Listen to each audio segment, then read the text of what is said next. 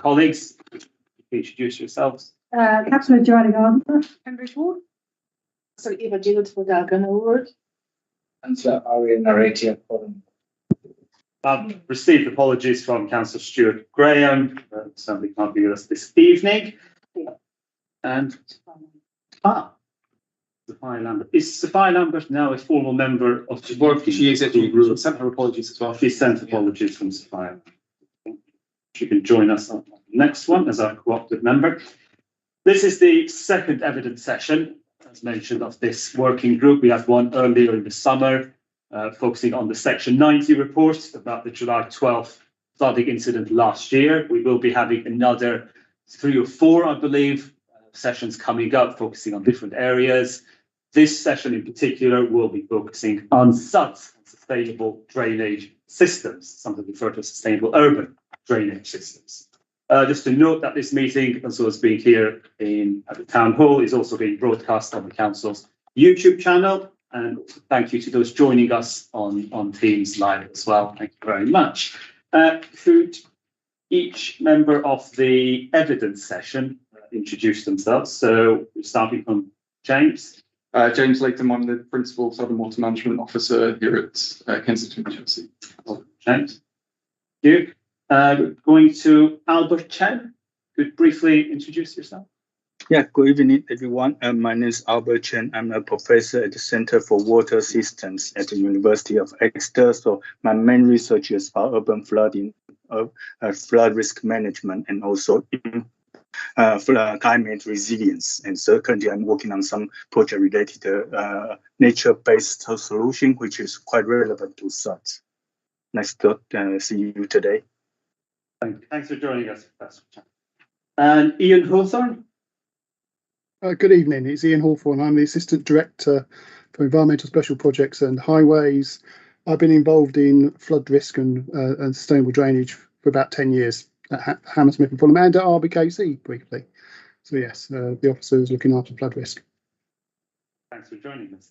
And last but certainly not least, David Eifold. Hello, nice to meet you all. My name's David Eifold. I'm Principal Landscape Architect at Groundwork London. We're an environmental and social charity that specialises in landscape architecture, but climate resilient design, and have been involved in some projects in your neck of the woods, as well as in Hammersmith and Fulham. And it's very nice to meet you all this evening. Thanks for joining us. Okay, so the agenda for this evening, we're going to be starting by looking at SUDS in general, exploring some of the benefits of SUDS in comparison to what we might call more traditional methods. We will also look at SUDS specifically here in the borough, West London generally, of course, and also nationally, and try and see what some of the schemes that have already been put in place, what their effectiveness has been. I believe some members of the working group have visited earlier today. Unfortunately, I wasn't able to join to a project in Hammersmith. Perhaps that can inform some of the questions as well. We'll also be looking at future opportunities for how we can develop sustainable drainage systems, specifically looking at planning. We have the new local plan for RBKC currently in development as well. So we'll look at how that will feed into the broader local plan. And last but certainly not least, finance and investment and how we're going to pay for this. And lastly, we'll get some good time in there for contributions from residents who are present.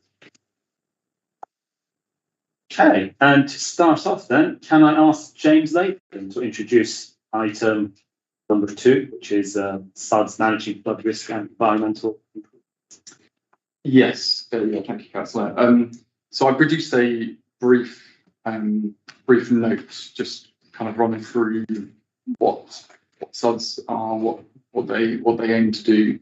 But essentially, SUDS is a way of draining impermeable surfaces like roofs and paved areas in a way that uses natural processes and slows the flow of water down into the drainage network or into watercourses, but having other benefits rather than just slowing the water down. So biodiversity benefits through green infrastructure and planting, or tree planting, as well as amenity benefits of having additional space, garden areas, rather than just pipes and tanks in the system, as well as water quality benefits of treating water as it's making its way through the system. There are lots of different types of components that feed into a SUD scheme. We saw a number of those in Hammersmith and Fulham this morning. I'm not going to go through each of them individually, but things like green roofs or rain gardens next to roads, or basins, detention basins, are just ways and components that can be joined together to form a system that is a different way of draining from traditional means of downpipes going straight into the sewer network. Here in Kensington and Chelsea, the majority of the area is drained through a combined sewer network. And it means that anything that can be done to slow the flow of water into that combined sewer network will provide benefits, will provide flood risk benefits on top of our other interventions. So I mean, we can get into more detail on specifics later on in questions, but that's generally the principle. Thank you, James. Questions? Just John? Can I just say this morning, it was a fascinating visit around the estate in Hammersmith and Fulham. And there we actually saw, forgive me, you can fill in the technical terms, essentially dug out troughs that were then greened over and had, from the drain, you actually had pebbles, which slowed the erosion, and then that sort of drained into the pit, which would potentially grow up. So, and then you had the other surfaces, which were semi-permeable resin. So they were fascinating things that actually, until you actually had them pointed out, you wouldn't have taken in what you were seeing. You would have just walked along thinking that was either nice landscaping or was an interesting dip in the middle of that area outside a window.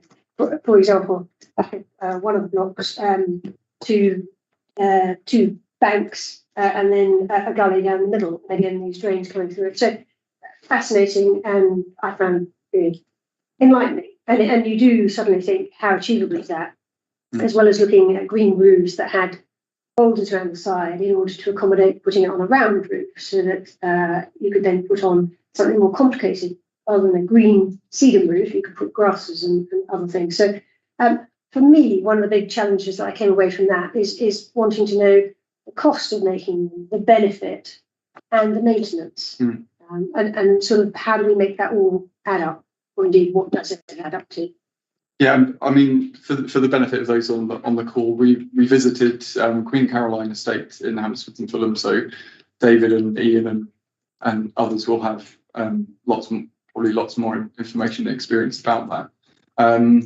David, do you want to talk about the costs involved and the maintenance required of a scheme such as Queen Caroline Estate? Hello, James. Yes, very happy to. Gosh, I'm delighted you got out to go and see the site, and very pleased that it was looking good. So, yeah, Queen Caroline is one of 3 different estates that were initially put together as part of a multifaceted programme starting in, I think, 2012, 2013. I think with the first phase of works completing in 2015. And then latterly, a few more phases have been added onto that every couple of years through different external funding sources. 2017, a bit more from Thames Water, I think, in 2019. And very recently, we're looking to make some improvements to the living wall that's there at the moment, so changing the design for that. So it's a site that we come back to very regularly. We're still in touch with the TRA. They're a wonderful bunch and very constructive and very helpful. And we're a very constructive part of the design process and very actively involved in what their estate was going to look like and helping shape how that was going to look and function and feel and work for them in the long run.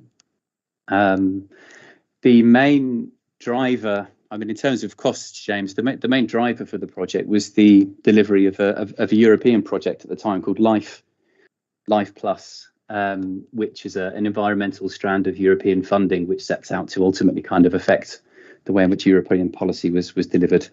But there were multiple funding partners involved in that. So there was Life Plus. There's also been funding inputs to that through Thames Water as part of some initial kickstart funding, I think, back in 2012, but then more latterly under their 20 for 20 scheme, which sought to reduce impermeable catchment from the combined sewer network across London. There was funding given to that from the GLA through the Good Growth Fund, and also the local authority, of course. So Hammersmith and Fulham are very supportive, both through Section 106 contributions and SIL. Lots of different departments were involved in that. There was parks, highways, housing, flood risk, planning and regen.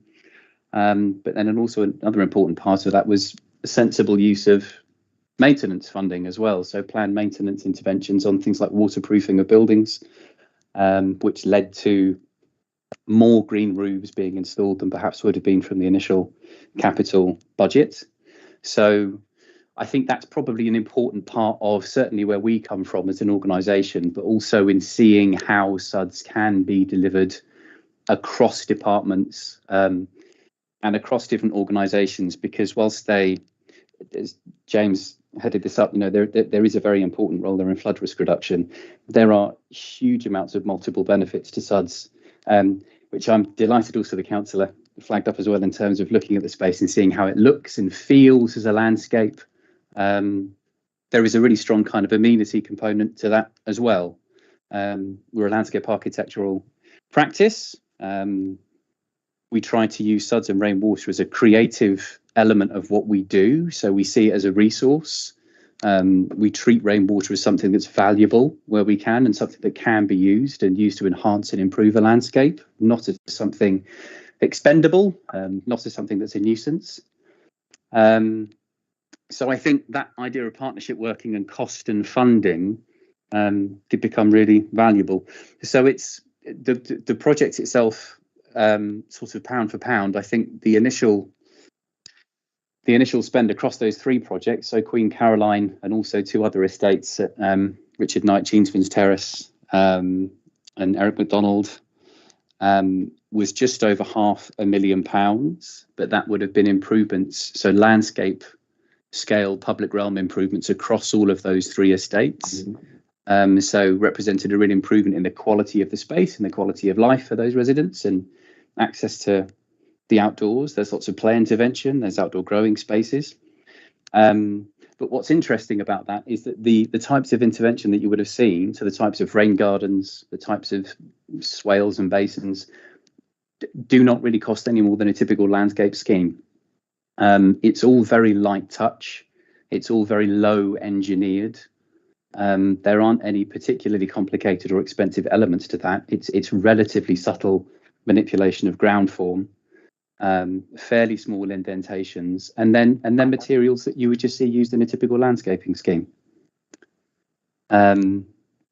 So that's, I think, an important takeaway from that point. So it's not incomparable to investment in landscape improvements that you might see across any of your housing or green space investments anyway. So I think that is achievable. And what we found is that, SUDS can be integrated into those designs. Do stop me if I'm talking for too long, but in terms of maintenance, that was approached in a number of different ways. So the site is now maintained by the council's framework contractor. We understand that it is relatively cost neutral to what was there before. So originally the estate had fairly wide open spaces of close mown amenity grass, so lawn effectively, that had to be cut between probably between sort of 16 and 22, 24 times per year. And by removing some of that and putting in different types of landscape, such as wildflower meadow, or reduce cutting regimes with spring bulbs or other types of landscape, you reduce the amount of times that contractors need to go back and make those cuts. So they might go and make a cut once a year or twice a year. So it's kind of a balance. You reduce it in some places and keep the same in others, and it ends up being relatively cost neutral. On other sites that we've worked at greater scales, we've also had feedback from, again, the same framework contractor, that they're seeing it as being relatively cost neutral to what was there before. So it's certainly not the case that it needs to cost more to maintain. But I would say that when these schemes are being designed, it is important to keep the maintenance contractors in the loop and make sure that they're part of that discussion when you're designing, so that they know what's coming, that they can have an input into the design, they can share their learning and their experience with you as they're going, so that they can flag up any kind of small details that you might not know about, the types of machinery that they typically use, the kind of cutting gradients and angles that they can have on different banks that mean that they can keep their costs relatively modest. I think it's probably also worth flagging there's employment opportunity that was had on that site as well. So employment was quite an important part of that project. So we have what are called green teams. So they are an employment initiative within Groundwork. There are similar initiatives all over London. I'm sure you have similar things where you are, whereby local young people were given a wage and inducted onto a 6-month training course. They learn on the job. They come out the other end with a qualification from the city and guilds. So they looked after, well, they did some of the soft landscaping, installed some of that, and then looked after it for at least 12 months. And we still go back there now with the green team, probably once a year, just to give it a bit of a tidy up and see how it looks, because we want to see that those sites are still looking good. So that's an important part of that as well. And we also had some really valuable help from the local residents and taking on certain aspects of the estates too. So in the areas of where there's community gardening, you know, you're putting something in, you're creating a space where they want to be, where they want to be more often. So they start to help look after that. You know, there's an incentive for them to be there. So I think that was also an important part of the way in which that scheme was kind of designed and maintained. And it's, as I say, it's 7, some of it's nearly 8 years old now, and it's great that it's still looking as it does. And it's kind of become like any landscape, you know, it reads in a certain way. It's very multifunctional, but it occasionally looks a bit untidy at certain times of the year, but that's fine. That's what happens in nature. And then at other times of the year, it looks absolutely fantastic. So I think it's that in particular is a really good example of a space that's been designed to be as climate resilient as possible,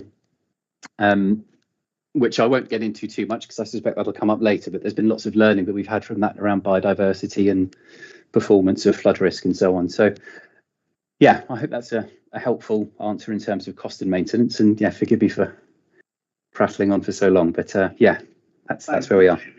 That's incredibly useful. Yes, go on. I did visit this morning and I'm really impressed. It's really eye-opening. I was intrigued by your playground. I just wanted to know how much more or less it cost and how long it took you to set it, possibly in the scale of the drainage system itself. But I would like to know how this playground contributes and if it's contributed towards the issue they had on the estate, which is exactly the flooding issue. I'm sorry, I only caught half of that. Was that a question of the playground on the estate? I just would like to know, how did you design it? Or did you have any thoughts about the flooding? Or is it just something you wanted to include from a nature perspective and make it more into landscape? So you didn't want anything which will stand out, just more or less have a nice... I see. I'm with you. Sorry. So yes, plays represented in a couple of different spaces on the estate. So there are two formal playgrounds, by which kind of playgrounds with recognised formal play equipment, with fencing to the perimeters. I have to say both of those were actually installed before our project. So they themselves, I don't think, have any rainwater running through them. One of them, which sits, to get my bearings right, on the sort of on the east side of the estate, the larger timber structures, I think that is an older Groundwork project. So they are both there. there is also play integrated across the estate, some of which we're actually looking at replacing. So part of the design approach was to, you may have noticed this, but there are two kind of main public spaces or public gardens, I suppose, that are inside the housing areas, both of which had a kind of gravel garden in front of them. One of them was mainly focused around community gardening and food growth. That was a big part of the feedback that we received. So that functions in that way. The other side, play came back as being an important feature.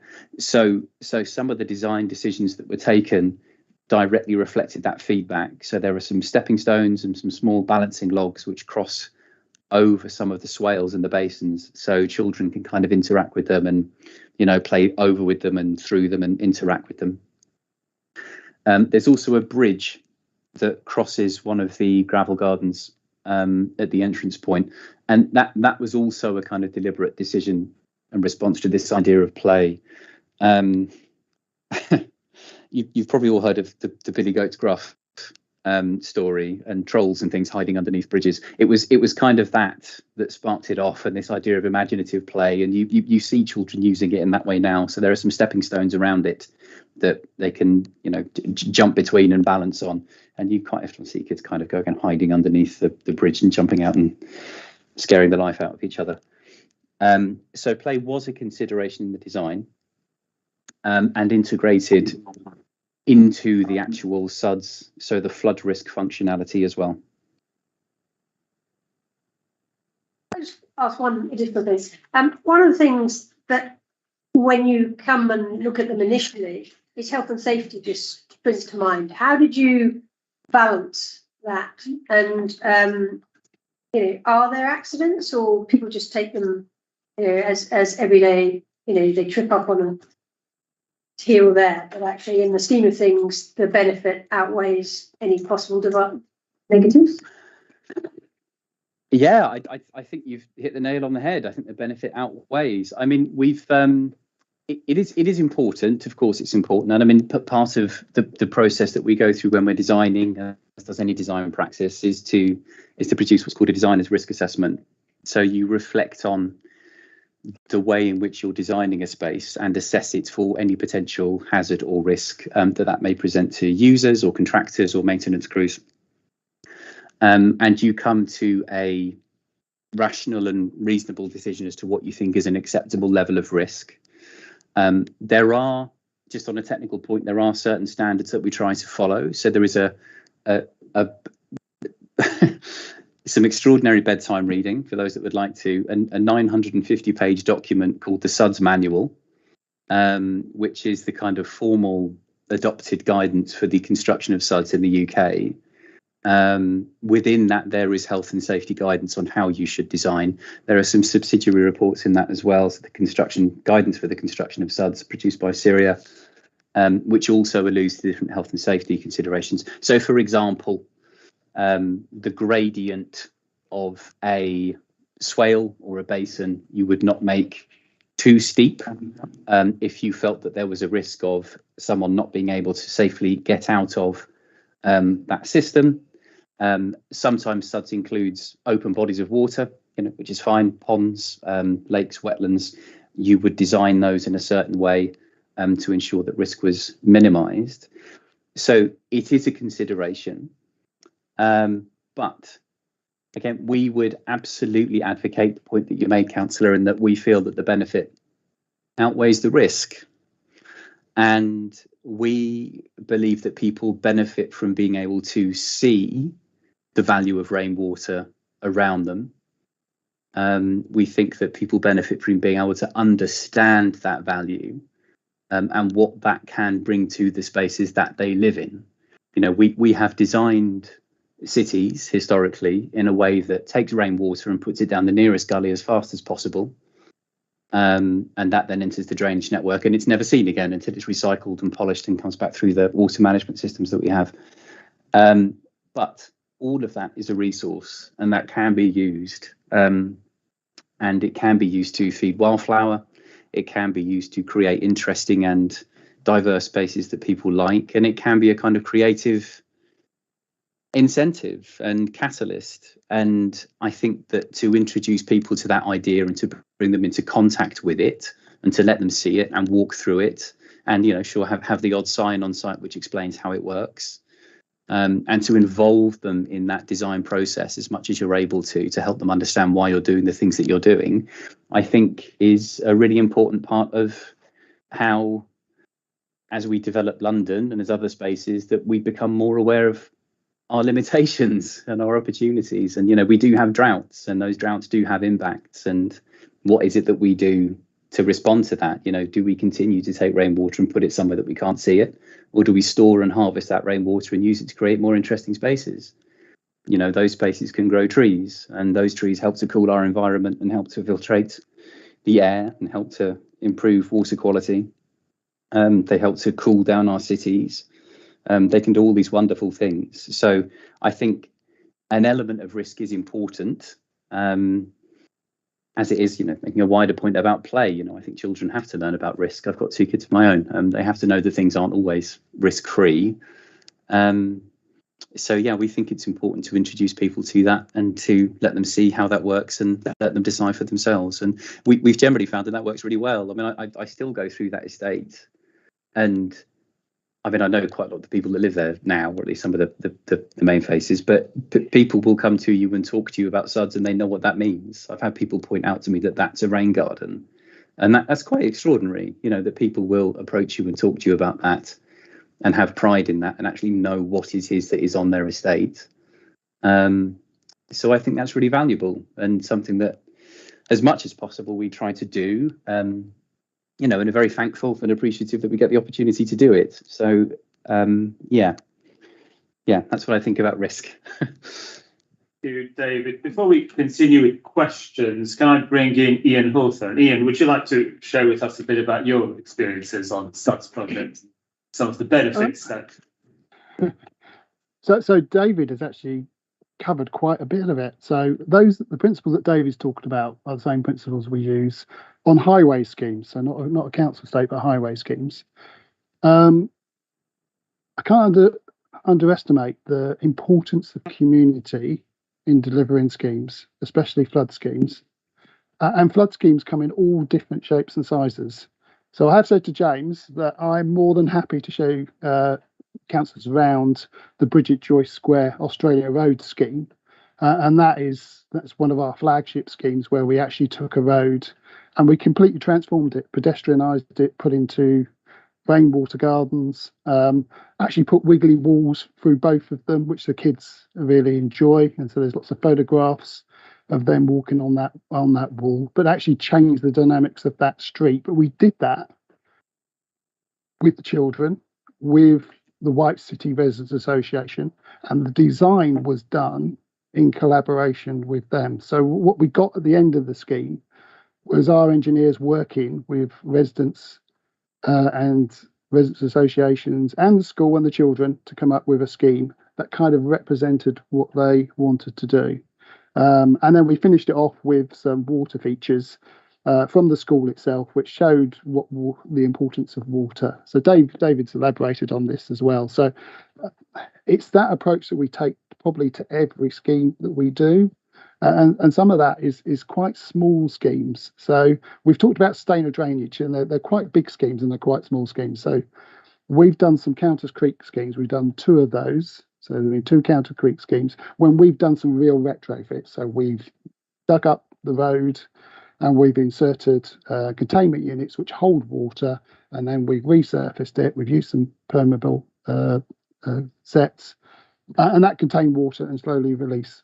On the other side of that, all we've done is rain gardens, which took water from the carriageway and just closed off the gullies. So there's quite a mixture of how you deliver sustainable drainage. The other thing that people tend to miss is that tree pits are really good sustainable drainage. So we've also done a lot of work around how we use tree pits to help us in some places depave, but also take on water. There are a number of systems, tree root management systems, which we can excavate and put in the ground, which will also hold water and slowly release. My planned maintenance scheme now has funding for us to actively go out and look to put more tree pits in our footways, sometimes our carriageways. So we actively look as part of our planned maintenance scheme to be able to do this, to be able to put sustainable drainage into the highway, and always with a conversation with residents. So some of the things that have been successful is the tree pits are often taken over and planted by residents. They take pride in the fact that there's this tree pit, and they will put their own flowers in, and they will maintain that. And often we will go to roads, and the residents will be there planting their plants.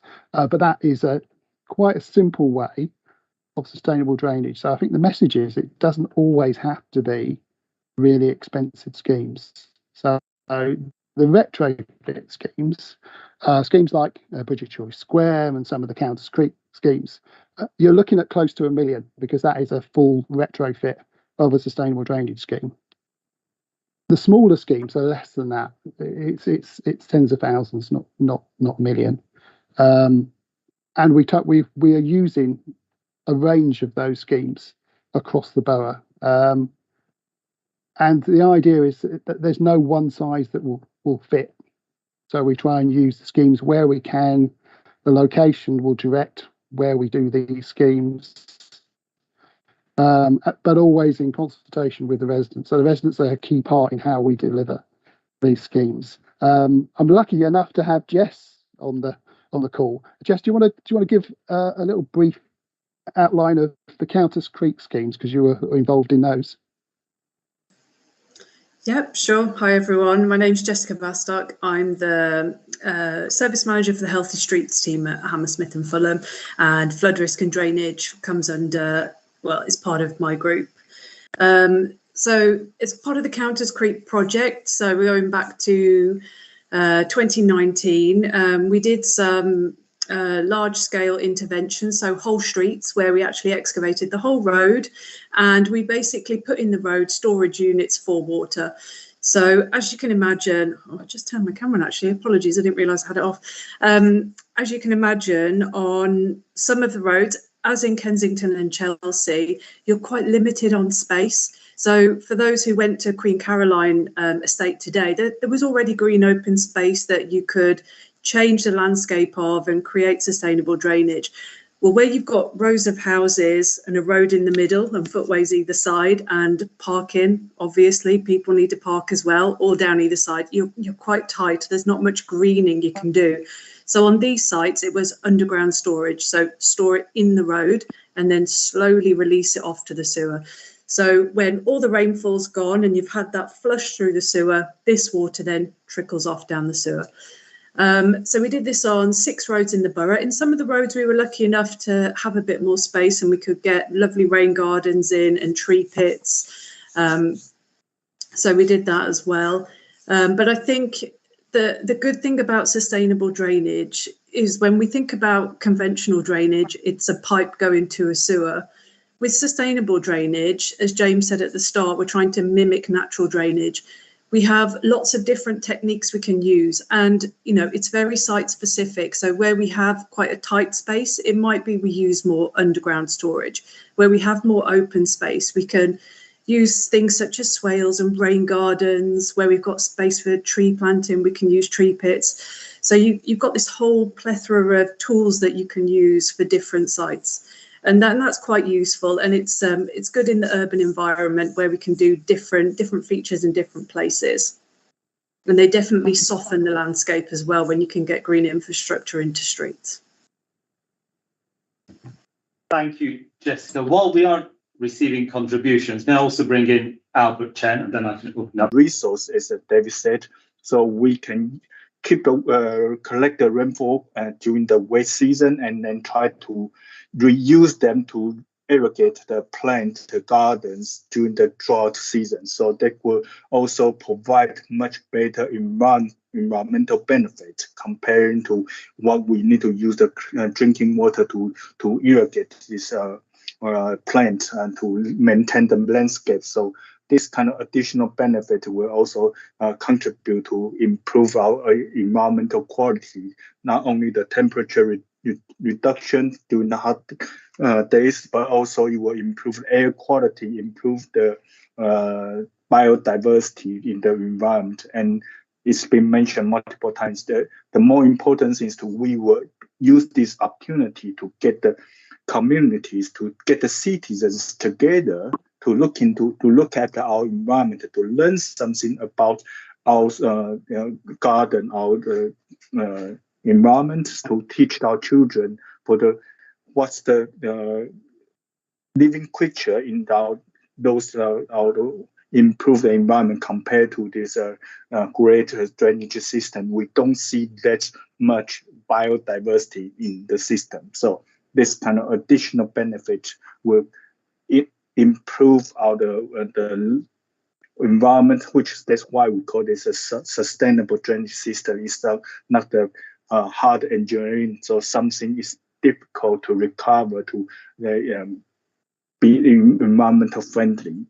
And so that's something I would like to add on top of this. Thank you. Stop water going onto the highway, but we can reduce it, and that's what these schemes did. Jess, your views on that, because you did a review of our schemes as well. Yeah, so when you say like how can we measure them, we do have monitors in some of the sites. So where we have large sites, we can put like a monitoring chamber at the end, and that will actually measure the flow, and then we can actually see how much water is being retained and how much is going to the sewer. So we can monitor this and work that out. But I think with sustainable drainage, in some circumstances, if you put suds in a road, you will not completely, as Ian said, you will not completely remove flooding from that road. We have to think about it as, I think there was a landscape architect once who said it's nibbling. We're taking away water in different places bit by bit, and it's this cumulative effect of all of these sustainable drainage features together. So even though today we're talking about Kensington and Chelsea, you know, water has no boundary. So it's also what all of our neighbouring boroughs do, what the rest of London does, and it's to build this portfolio of sustainable drainage across the whole catchment. That's the big aim of what I think everyone in London wants to do. And then we'd have that impact of taking away that first bit of rainwater that hits and relieving the pressure on the sewer. So yes, we can monitor them. Yes, we can see how well they're working. But even if you only build a small rain garden, it only takes a small amount of water, every little bit helps. Can I? Yeah, just an extension to that question. What percentage of benefit will we see based on your recent project on the highway? Just a number. I can't give you a number on a project. I can. We had some of Ian mentioned Bridget Joyce Square, so we have a couple of years of data from that site, and that's been published. So that's we can find the papers and send that to you. But in that site, what we found is, I think in 2 years, water only ever spilt over. So where we have an overflow point, it actually only went twice into the overflow point in 2 years. So all the water from that site was drained sustainably. And some of the outcomes of that, I mean, we've mentioned the additional benefits. That site is very green. So we have a lot of planting on that site, and we've got big detention basins. We actually lost a lot of water just through evapotranspiration. I think 30% in some cases during the summer was just lost through the plants and evaporating from that. So, we have data, and we can point you towards that, but I can't reel it off. I'm sorry, straight off my head. What I'm going to do is I'm going to share with James a number of case studies of the work we've done. So I've already sent you one, James, about Australia Road, so Bridget Joyce Square. But I'll send you the ones about Countess Creek, and I'll send you ones about Queen Caroline, and some of the other schemes we've done, and some of the smaller schemes.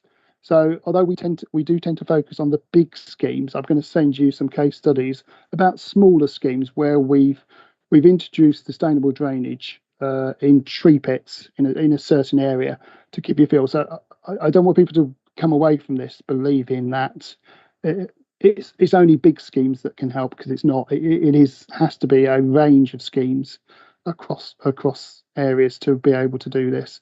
The more we can stop water going into an already at capacity sewer network, the more benefit that we get from that.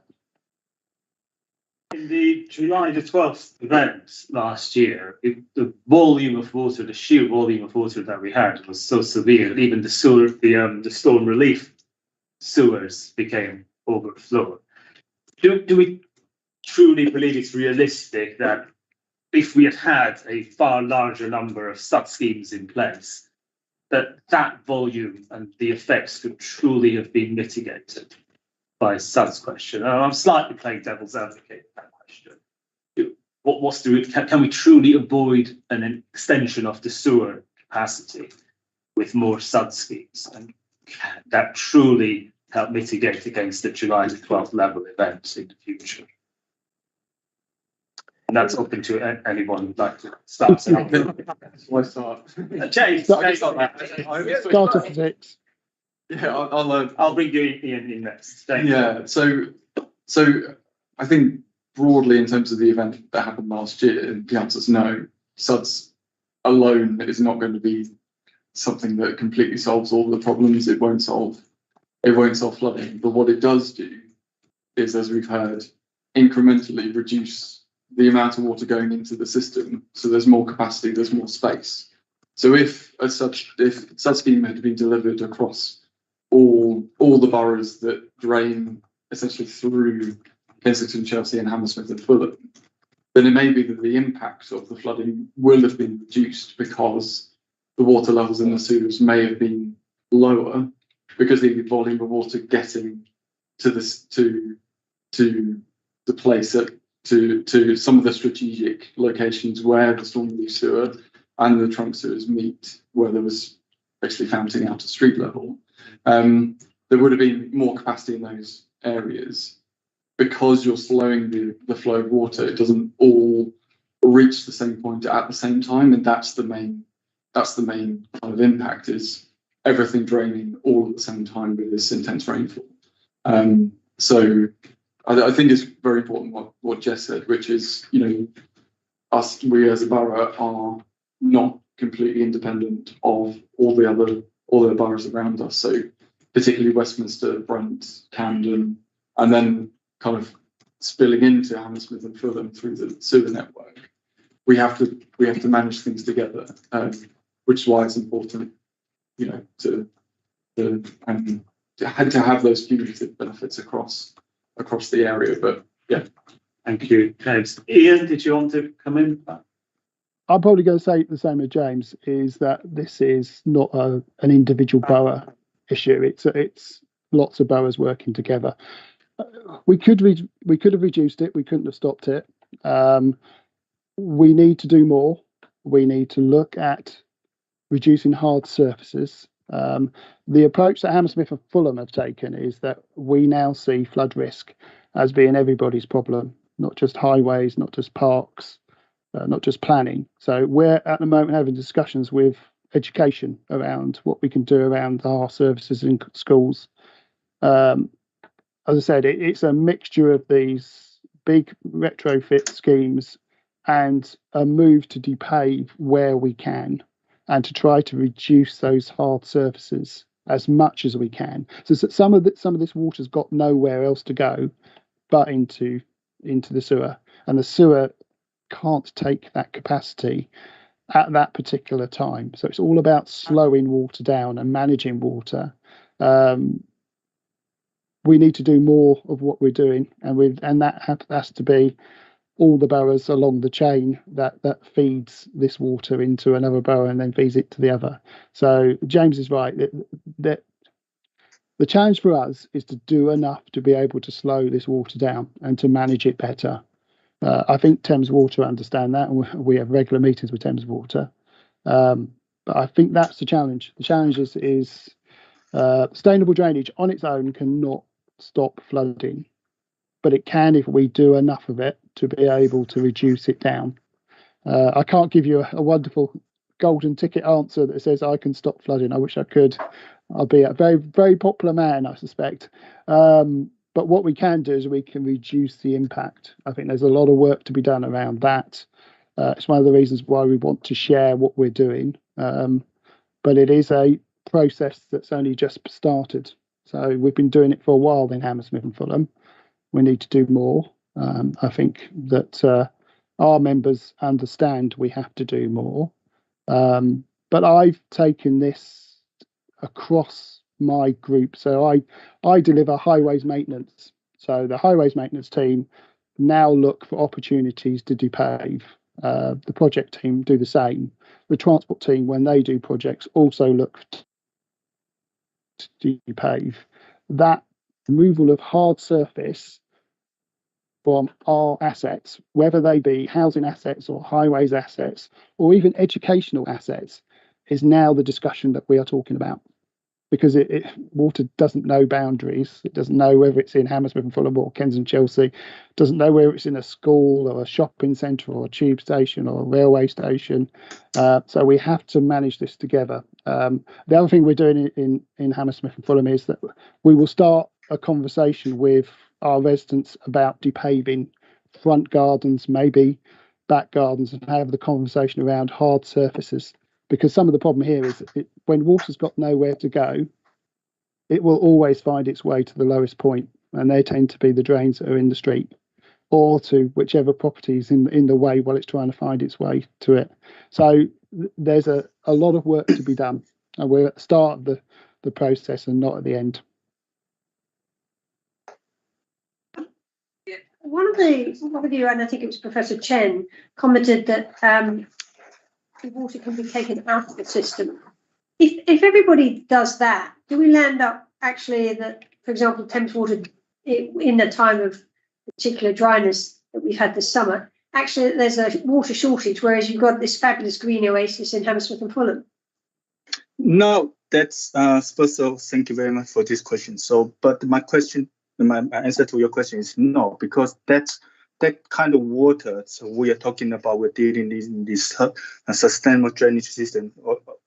Most likely is that the rainfall falling in our community. So not really where we are taking this raw water coming from the river, from the upstream system. So this slightly different the situation. So it's unlikely to cause this problem, but it may reduce the demand of the drinking water because we don't need to use our drinking water, tap water, to irrigate our garden, irrigate our landscape. So they will reduce the demand and also sustain to reduce the pressure of the Thames water to provide sufficient water to the household. And I also want to answer the previous questions that about this. Is the SARS really to resolve the problem? No, my answer, like James, it's not possible. Even though with the grid system, with the conventional drainage system, we cannot resolve this kind of extreme intense rainfall like what we had in last year.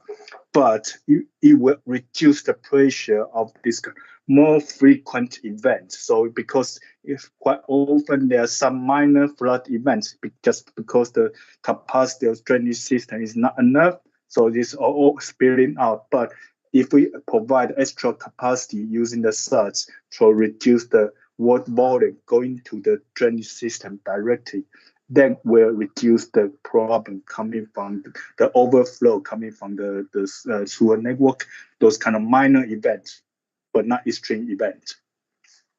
So, and that's as a result, we also reduce the water quality problem. We quite often hear that's the combined sewer overflow causing the pollution in the river system. So that will also contribute to this kind of relief of this kind of problem if you design this such wisely. So it also depends on how you design where you are going to put the such intervention in certain location. You are putting somewhere that's in the wrong location, they might not help to ease any of this problem. But if you try to design it smartly, then it's possible combining with, sometimes we can also combine with some technology with the sensors.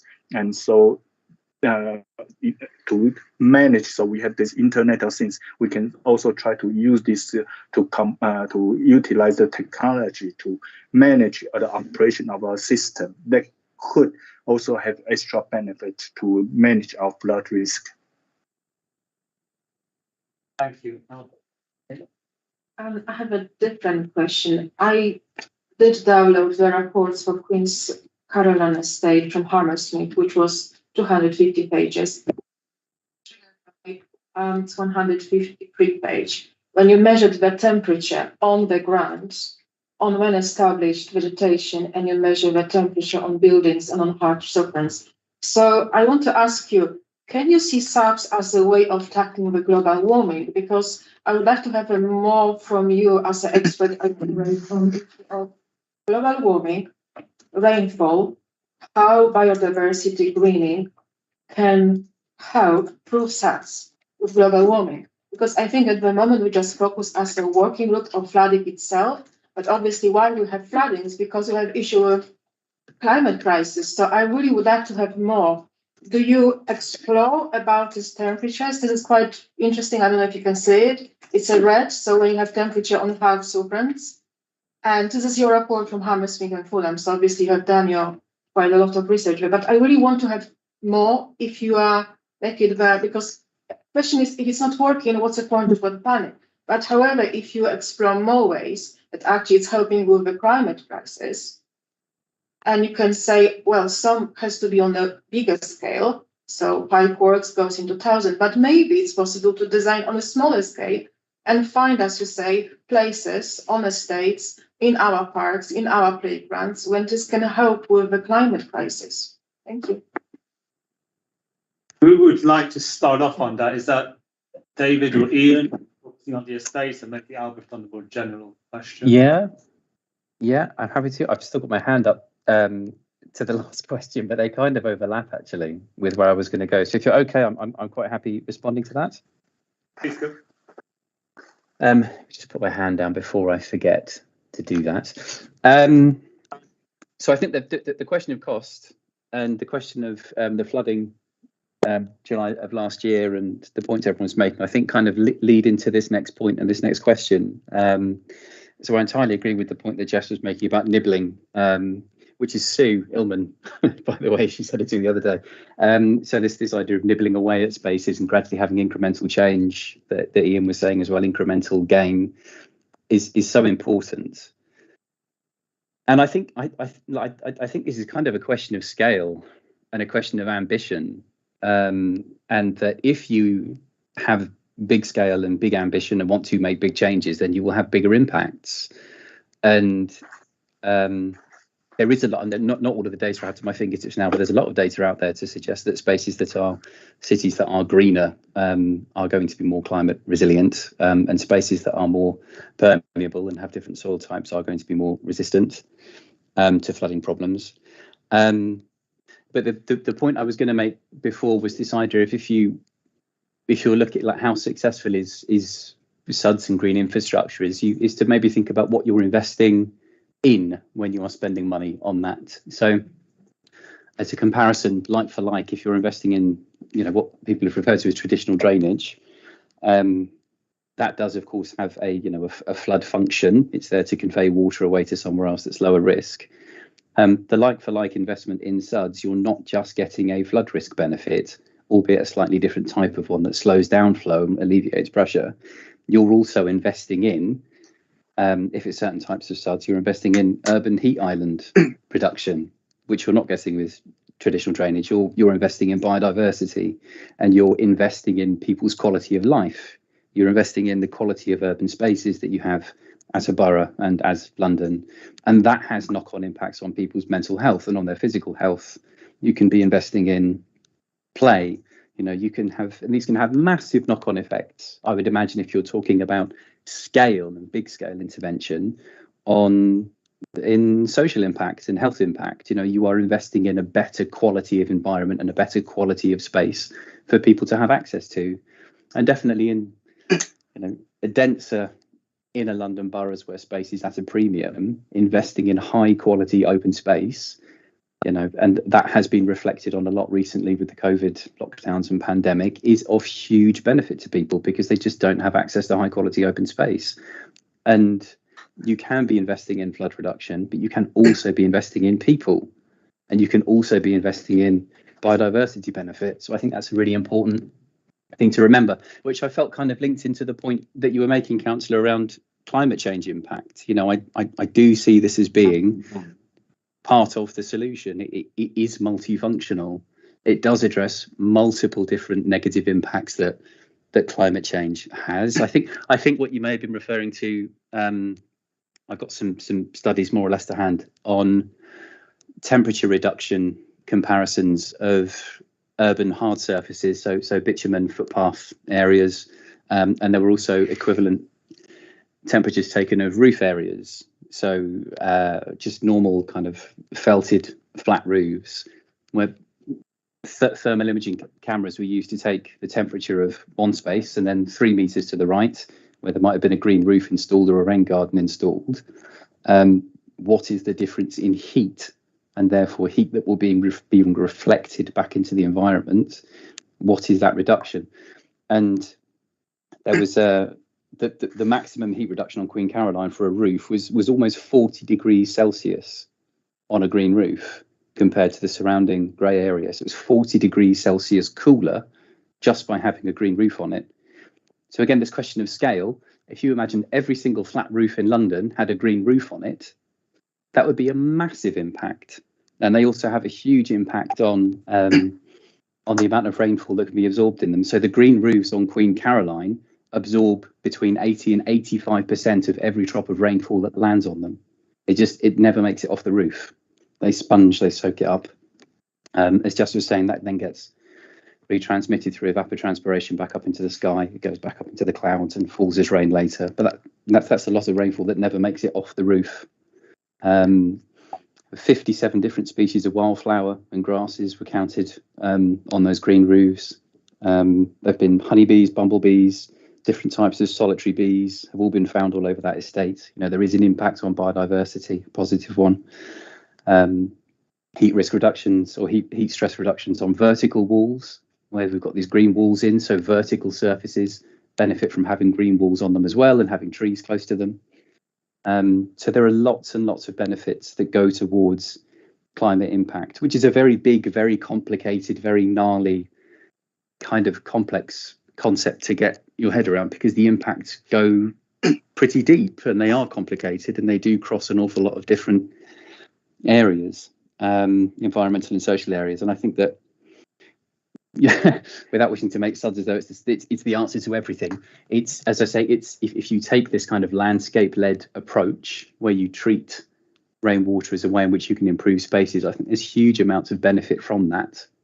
And that it's just not, it's very difficult to compare investment in grey infrastructure with investment in SUDs, because one of them just does completely different things to the other. So there's some shared benefits, but one of them is doing an awful lot more in terms of climate risk reduction. If you just look at flooding, then that's one thing. But if you look at everything else that's happening, one of them wins hands down. Thank you, David. Albert, did you want to add? Yes. Can I say so? I think for the reduction of the temperature using the SUDs is kind of benefits or try to improve the environment, but it will contribute to the climate change resilience in a different way, let's think. So because the tree, they will produce the oxygen, so reduce the carbon dioxide and improve the air quality. So that's kind of way try to reduce the greenhouse gas. And the other way is that because the cooler temperature, so in the hot weathers, we don't need to use the air condition. So we will consume less energy and also contribute to if we reduce the impact to the climate change driver. So that's the other way we need to think slightly different, not only just what we can see, the direct benefit. But if we add up all these solutions, all implement in the larger scale, all this contribution will become a very important factor to improve our quality of environment. Thank you. Thank you, Al. Well, it seems to me there to sum up this item number 2. I think we have gone quite smoothly into number 3, talking about different types of schemes. I'll ask James to introduce that in a moment. It seems there are clearly lots of good benefits, much more than just flood alleviation to such schemes. But we're also, I believe, agree that they are not a panacea. They are not the solution to all flooding, and they are not a replacement, crucially, to a well-managed sewer system. And on that note, may I ask James to introduce item number 3 on the long studs in West London? Yes. Yeah, hopefully we've discussed a lot about the site we visited earlier, but yeah, I wanted to run through a couple of stud schemes that we do have in the borough ourselves. So one of the kind of most significant and kind of most fitting to some of the discussions is in Holland Park. There's an adventure playground that, in amongst the adventure playground, has a stud scheme that runs through the middle of it, and that was developed as the stud scheme was developed essentially as almost like a bolt-on to the adventure playground. So I visited in the middle of August. I think it was the 17th of August when it was heavy rainfall in the area, and I looked at the scheme kind of in action, and that's just up the hill from properties in the Holland Park area that have flooded previously. But on top of that, we have other stud schemes in. So there are some in highways land. So the junction of Dalgarno Gardens and Barlby Road in the north of the borough. There are some rain barn gardens at the junction. In Bevington Road, there's an open space within kind of adjacent to Bevington Road. There's a stud scheme that was installed as part of general improvement works in that area. We also have one of the Canters Creek schemes at Arundel Gardens. So that was replacement of the road surface with the storage as Ian and Jess discussed, with permeable tarmac baton.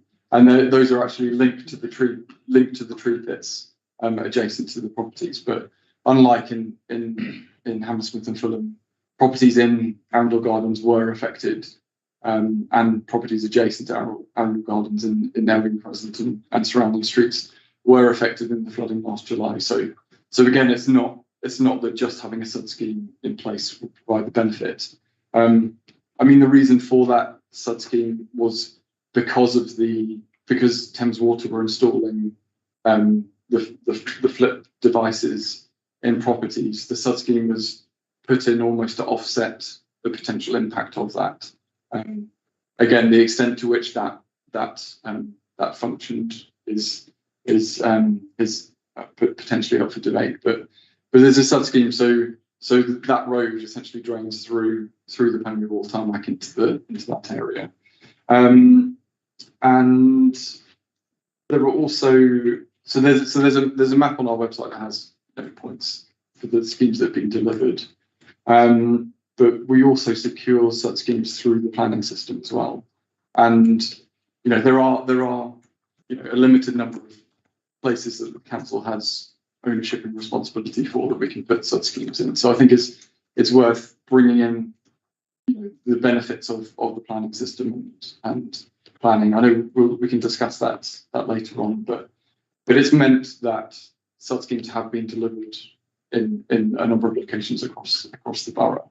What we're looking to do is accelerate, and in the next section we can look at future opportunities. But yeah, so it's been lots of talk of elsewhere. So it's important to bear in mind we do have some such schemes, and our teams have been, and the various service areas that deliver those have been learning as part of that process as well. In the briefing note, I allude to a couple of other areas. So Hammersmith and Fulham is in there, you'll be pleased to hear. Also Enfield, London Borough of Enfield has delivered quite a few schemes, both in terms of urban, so it's probably not as relevant as Hammersmith and Fulham in terms of the layout of the borough. And there are also a number of schemes in London. There's lots of guidance about SUDs that can be delivered in housing, in social housing, in schools, in hospitals as well. So the GLA has led in kind of London-wide guidance in those areas, and through that, looking to accelerate the delivery of SUDs across London in those different sector areas. David was probably involved in developing some of those, and the good thing is within those sector guidance, there are a lot of case studies, and the good thing is now there's a build up of those case studies, so that there's less risk in implementing delivery. The kind of the boroughs or the individuals or areas that the delivered schemes first probably learned through the process of doing that. The good thing is they're reported in case studies, so then now we can learn from those for future delivery. Nationally, there are examples in Sheffield. There's a Green to Grey programme. So Sheffield has delivered lots of SUDs, and they've had lots of therefore get press coverage about the SUDs in Sheffield. And also one other example I alluded to is Nottingham. So they received quite a lot of funding along the Dayborough catchment, and again, lots of little cumulative interventions as part of a wider flood risk management programme. Thank you, James. I'll bring in others online as well. Ian and Jessica, you previously talked a little bit about your experience on highways programmes. So please do elaborate a bit more on some of the specifics as well. But it would also be interesting to hear about housing SUDs as well. Not specifically estates, because the estates do tend to have more open areas where schemes can be delivered, but say on more different types of roads, houses and trees alongside it, or there may not be any trees alongside it. There may be infrastructure underneath the roads. How have you dealt with some of the projects that you've delivered?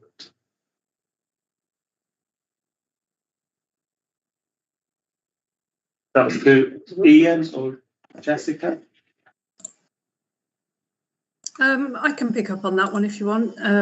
Here we go. So obviously on the larger estates, which are council owned, like we said, we've done things like the Queen Caroline estate. Where we come to housing which isn't council owned, so this is private or maybe housing association land, we are more limited in what we can do. We can obviously, and we do, we support, we put guidance out there, our own guidance for property owners on the website on what they can do, as well as, you know, larger developments. But where we can have a bigger impact in housing is, as James said before, is through the planning process, and that's through new development. So when new development comes through, we have policies, the same as RBKC have policies, and we have a London-wide, the London Plan, which has policies on flood risk and drainage. And developers have to meet targets to reduce the runoff rates. So the water must be dealt with on site before it goes to the sewer. So they have to reach a target, which is a greenfield runoff rate. Basically, they just have to keep all of the surface water on the site for a certain amount of time and deal with it as naturally as possible. So what we get is a lot of green roofs coming through now, and those green roofs also maybe with solar panels on them. We have a lot of permeable paving. We have tree pits as well. Sometimes we get rain gardens and swales, but again, we're dealing with an urban environment, not a lot of green space, even in new developments. So there is also generally on most big developments some sort of underground storage in places. But this for us is a big win as a council through new development. I think sometimes people envisage that new development is bad and they just put more water into the sewer, when actually it is the opposite. The surface water, more of it is dealt with on site now. So that's how we generally deal with housing. And like Ian mentioned before, we are trying to get a programme together with depaving and, you know, starting to enable individual property owners to take those steps to start depaving outside their property. I know Thames Water are working on a rainwater planter as well, where, you know, a conventional water butt is good, but why not have some planting on top of it?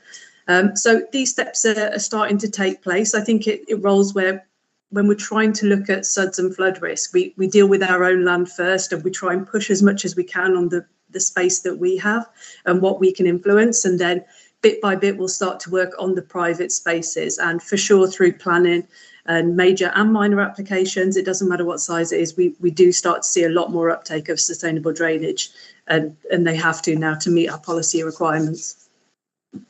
Thank you, Jessica. Albert, what are your views or your experiences on delivering SUDS in highly dense urban areas such as West London? What are the critical issues that we have to do to make them effective? I think that could be some kind of easy implementation. Could be the rainfall harvesting, so we can collect the rainfall and then put into some storage tanks. And some of the, if there's a really good space, we can have enough, that one we can use that to flush the toilet, but unlikely we have that large space. But at least we can reuse the water to irrigate our garden. That could be some smaller contribution for the smaller site of applications. So it depends on the different location. We can look into that and try to see what kind of, as been mentioned earlier, there's a lot of options we can consider to tailor our solution with our environment.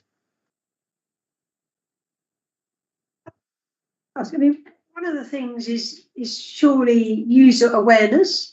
So clearly with large developers that they know that there's a requirement, but actually over the years we've seen everybody paving over their front gardens, either because they don't like the maintenance or they want to park a car there. And I know our council did move some years ago to try to make that permeable, but actually how do you tell somebody these are the domestic projects that you can do? Or as we found today when we were walking along this estate, that things that we just thought were, probably the lay of the land originally actually has been designed in and can be designed and has benefits. So dare I say, I think most of Joe Public out there is as ignorant as I was. I think that it requires some kind of good case studies to demonstrate somebody has implemented this kind of solution and to show the benefit for them. But it's very difficult because quite often people are only thinking about how to utilize the space in front of their garden, but they don't really think further what's the behavior will affect not only from their own property, but also for some other neighborhood area. If all this, as just said, every little helps, so every little will contribute to the consequence of a larger problem. So that's sometimes when in our past, we try to, we develop some kind of computer modeling solutions, so to try to simulate if we implement different drainage solutions, how would this contribute to the flood in the community? Because quite often what you change is not really affecting yourself, but may have the problem for the neighborhood in the downstream area. So that's why we try to use our computer simulation to provide different situations. So say if we want to use a lot of the grazed conventional drainage system, how would this change to our downstream community? And if we try to pave our garden, so we have less permeable surface, so we will increase the runoff coming from our property and then going propagate to the further downstream. And how would this affect the downstream area? So it's kind of requires kind of long-term communication and also to demonstrate the possible consequence to the residents and to the public, so to raise public's awareness. Jessica, you want to? Yeah, just to jump in on that one. I mean, I think a lot of how we think about sustainable drainage, as Ian's touched on before, is about education. It's about having big boards outside a scheme, just telling people, hey, this is all here because this is where the rainwater goes. But I mean, the terminology we're using, right, sustainable drainage, it in itself, it's not great. You know, if you showed a child, like a school child, what we're trying to do, they'd probably go, oh, it's just the water cycle. You're just putting the water back into the ground. Yeah, that is basically what we're trying to do. And I think it's just trying to express this in very simple terms. I mean, I maybe send around the link. We have a document called Living with Rainwater. That again, it's very simple, very nice, easy to read, made for our residents to have a look through, and it's small things they can do at home. And I think it's just, yeah, taking it back a step and just telling people how simple this is, but how important it is as well.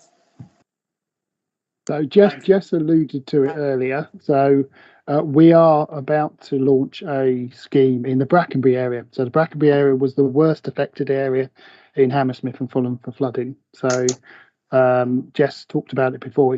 We're calling it a community scheme, but it's about depaving. It's about getting rid of hard surfaces on the front and back garden. And we plan to launch that as a trial, but also launch it across the borough. And that's actually creating a community day on the street and actually going to talk to people around the impact of flood and the impact of having hard surfaces, but doing that face to face. The good thing is that we're working with our own contractors, but we're also working with Thames Water. Thames Water have offered some volunteers to work with us on those days.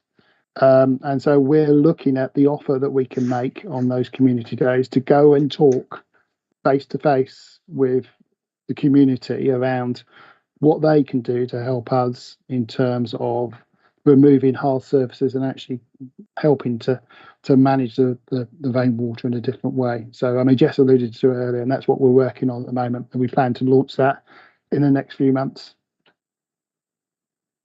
Thanks, Jim. It sounds all promising, very good. But what about I'm talking about the public projects with the council, and whether it's a public highway or any of the council-owned buildings or projects. In terms of the financial burden, how expensive is this as a measurement against the normal drainage system? Is it quite expensive? Is it okay, or is that the direction of travel that we're going to take in order to tackle whether it's climate change or sustainable planning, construction? Yeah, just on the financial thing.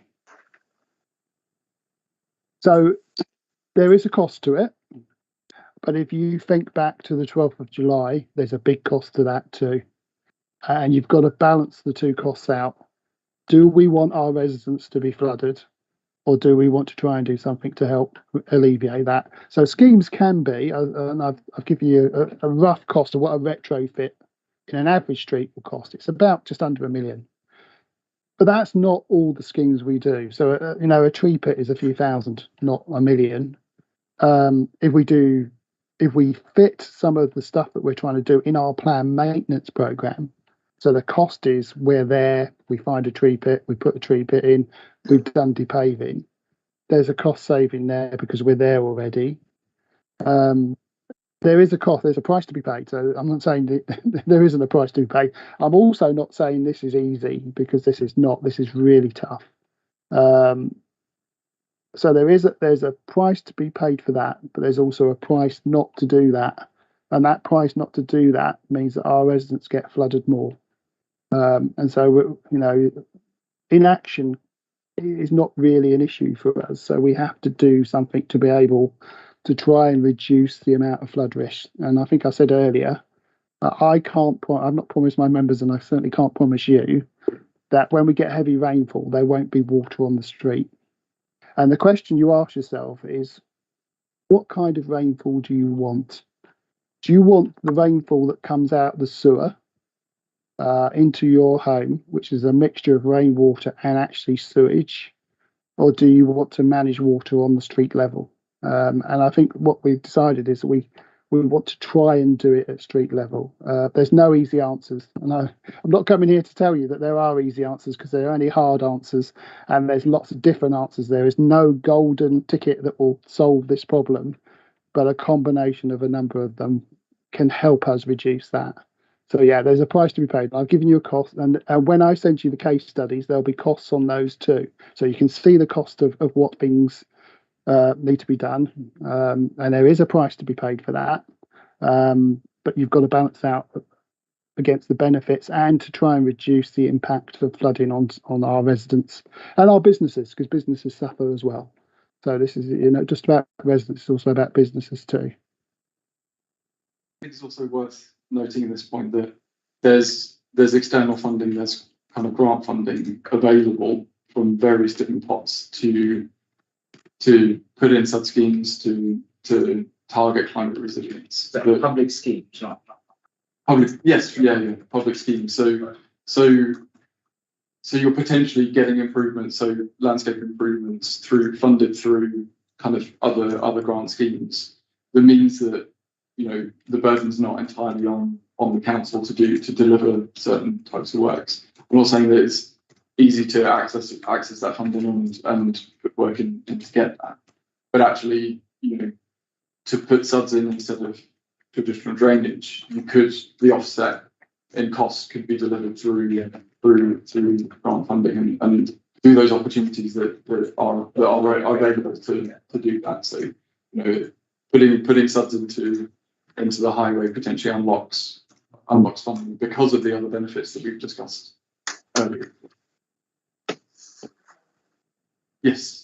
Right. So sorry, those are the ones you mentioned earlier. But yeah, and there are plans. So there are a number of plan schemes. So highway streetscapes schemes. So there's at the moment there's Chelsea Green, Bute Street, St Helens Gardens. So all of those schemes that have been through consultation with residents have elements of sustainable drainage in those schemes. So permeable paving, rain gardens, tree pits within those schemes. So as part of those planned streetscape improvements for other reasons, it's not for sustainable drainage. Suds were incorporated in the designs of those. So those are also identified on mapping. So colleagues in highways, colleagues in housing are also looking at suds. So Lancaster West Estate is looking at land kind of landscape in general at the moment and putting suds in as part of that, as well as so there's the Alan Barlow Estate in Nottingdale Ward. There's also, we're looking at me and housing colleagues are looking at putting suds into estate improvements that were planned anyway. So then it's getting additional benefit through additional funding to be able to deliver the landscape improvements that residents want, but also enhancing that through suds. James, do we have any of the underground storage tanks?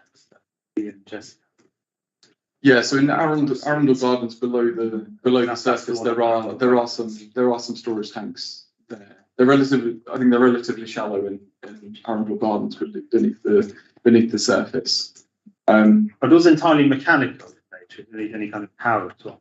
They don't need power to operate. No, so there's often right at the downstream end where it spills, there's basically a restriction to it. So it can be as simple as a plate with a hole in, and only the water that can go through that hole is allowed to leave the system. So it all fills up, and then there's a relatively small hole. In Queen Caroline Estate, we saw overflow systems where it fills up and then overflows at a certain point. So often these are kind of passive. So it basically just rains and it happens and it just functions. Can I just understand? Earlier today, we talked about digging up a road and then putting in gravel. So an underground tank is different to a gravel pit underneath the road. Yes. Okay. So for an underground pit, is that literally a little box or something of that sort with the restriction that you're talking about? Yes. So often, so the benefits of crates essentially. So they are the underground tanks. So often they're made from recycled plastic. They're put in the ground. In those systems, so it can store the amount of space available for water is about 95% of the space is available for water. Whereas in gravel, which also has space around it, there's only about 30%. So it maximises what space you have available, but it's less sustainable because in terms of other benefits, because there's no, so around gravel systems that you can have certain water treatment because of, there could be microorganisms around the gravel particles. So what you gain in capacity to store, you lose some of the other benefits. And isn't the longevity of a plastic tank or something? Some think that you can compact, because particularly if you put that under a road, that's got less longevity than something like gravel. yes, it's harder to replace. So it's more intensive to replace a system at the end of its life. So it's simpler to replace aggregate or gravel or something. You can either replace it or just basically refresh it by kind of putting the voids back in it. Are those constructed out of plastic? Yes, they are often, yes, yeah. So yeah, so there are other negatives in terms of introducing plastics into systems as well. So in terms of approach from a planning policy point of view, attenuation tanks, so those storage tanks, are considered to be a last resort. Right at the end of it, so they shouldn't be right at the up front, right at the beginning of the plan to put tanks in because of the negatives. They're right at as a last resort if there needs to be some extra attenuation storage. It's effectively a mini extension of the storage network in a way, isn't it? Yes, exactly. Yeah, and sometimes they're installed as big pipes, extra pipes. So there are schemes that Thames Water deliver that are basically just big pipes. There are examples around of that. Okay. So you talked about a big scheme today, but you haven't mentioned it tonight. Portobello Court. Yes, yeah. So Portobello Court, the council's been working for a number of years to secure funding and to undertake the design for that. So we've now secured funding from the Environment Agency from Thames Water to deliver a scheme for Portobello Court estate. So that will look to reduce the amount of water entering the sewer network around Portobello Road by a considerable portion. So it'll be at least 50% reduction from that area into the sewer network. So it's a mixture of swales, which are basically just grass channels, basins, so kind of dished areas within the green spaces in the estate, but also there's a multi-use games area. There's a play area, basketball court.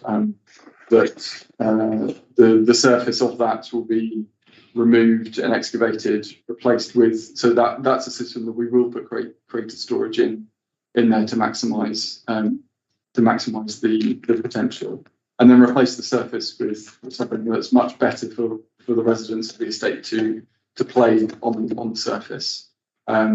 So we're looking to deliver that over the winter and early spring, so that planting can happen in the spring.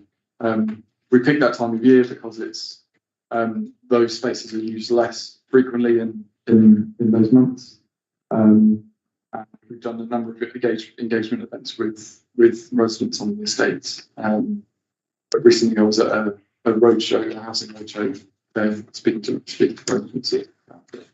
Again, it's particularly with the restrictions around COVID and the impact. It was difficult to engage with residents during that time. But yeah, so since we've had a couple of engagement events that we'll look to undertake more before construction starts on the estate. But that is a particular case where it's very close to residents that were affected. The estate itself suffered external flooding. Primary school, Colwood Primary School, just across the road, suffered from flooding, and we've heard from residents nearby and the businesses in Portobello. So that estate was identified in 2018 as one that should be prioritised in the area to be taken forward, partly because of the opportunities available. The downpipes that take water from the roof were accessible, so they're on the outside of the building, so you can easily get water from the roof to the green space, and that's often a challenge. So there are other estates and other schools where all of the rain falling on the roof goes internally within the columns, within the structure of the building. It's much more difficult to get that water to the green space to be able to store. So that's why Portobello Court was taken forward. It's also just basically upstream of a number of residents that are a number of properties that were at risk of flooding and have since it was selected experienced flooding. So that's why it's been prioritised. Thank you, James. And while you're speaking, I think you touched on it a little bit anyway. Yeah, I would like to hear from Hammersmith and Fulham because we have this point of development of sites in Borough and London. So I would like to know, how do you involve, because at the moment we are talking about estates which you have access because they are council estates. I would like to know, do you involve schools in what way, playgrounds, do you design them with SADs in what way, on small and bigger scale? Do you involve churches, convents, as far as I know, Hammersmith and Fulham has a few, restaurants to talk to owners? And in the same time, I would like to ask you, what would you improve? Because at the moment, Hammersmith and Fulham owns the Memorial Park and Little Scrubs that will manage them.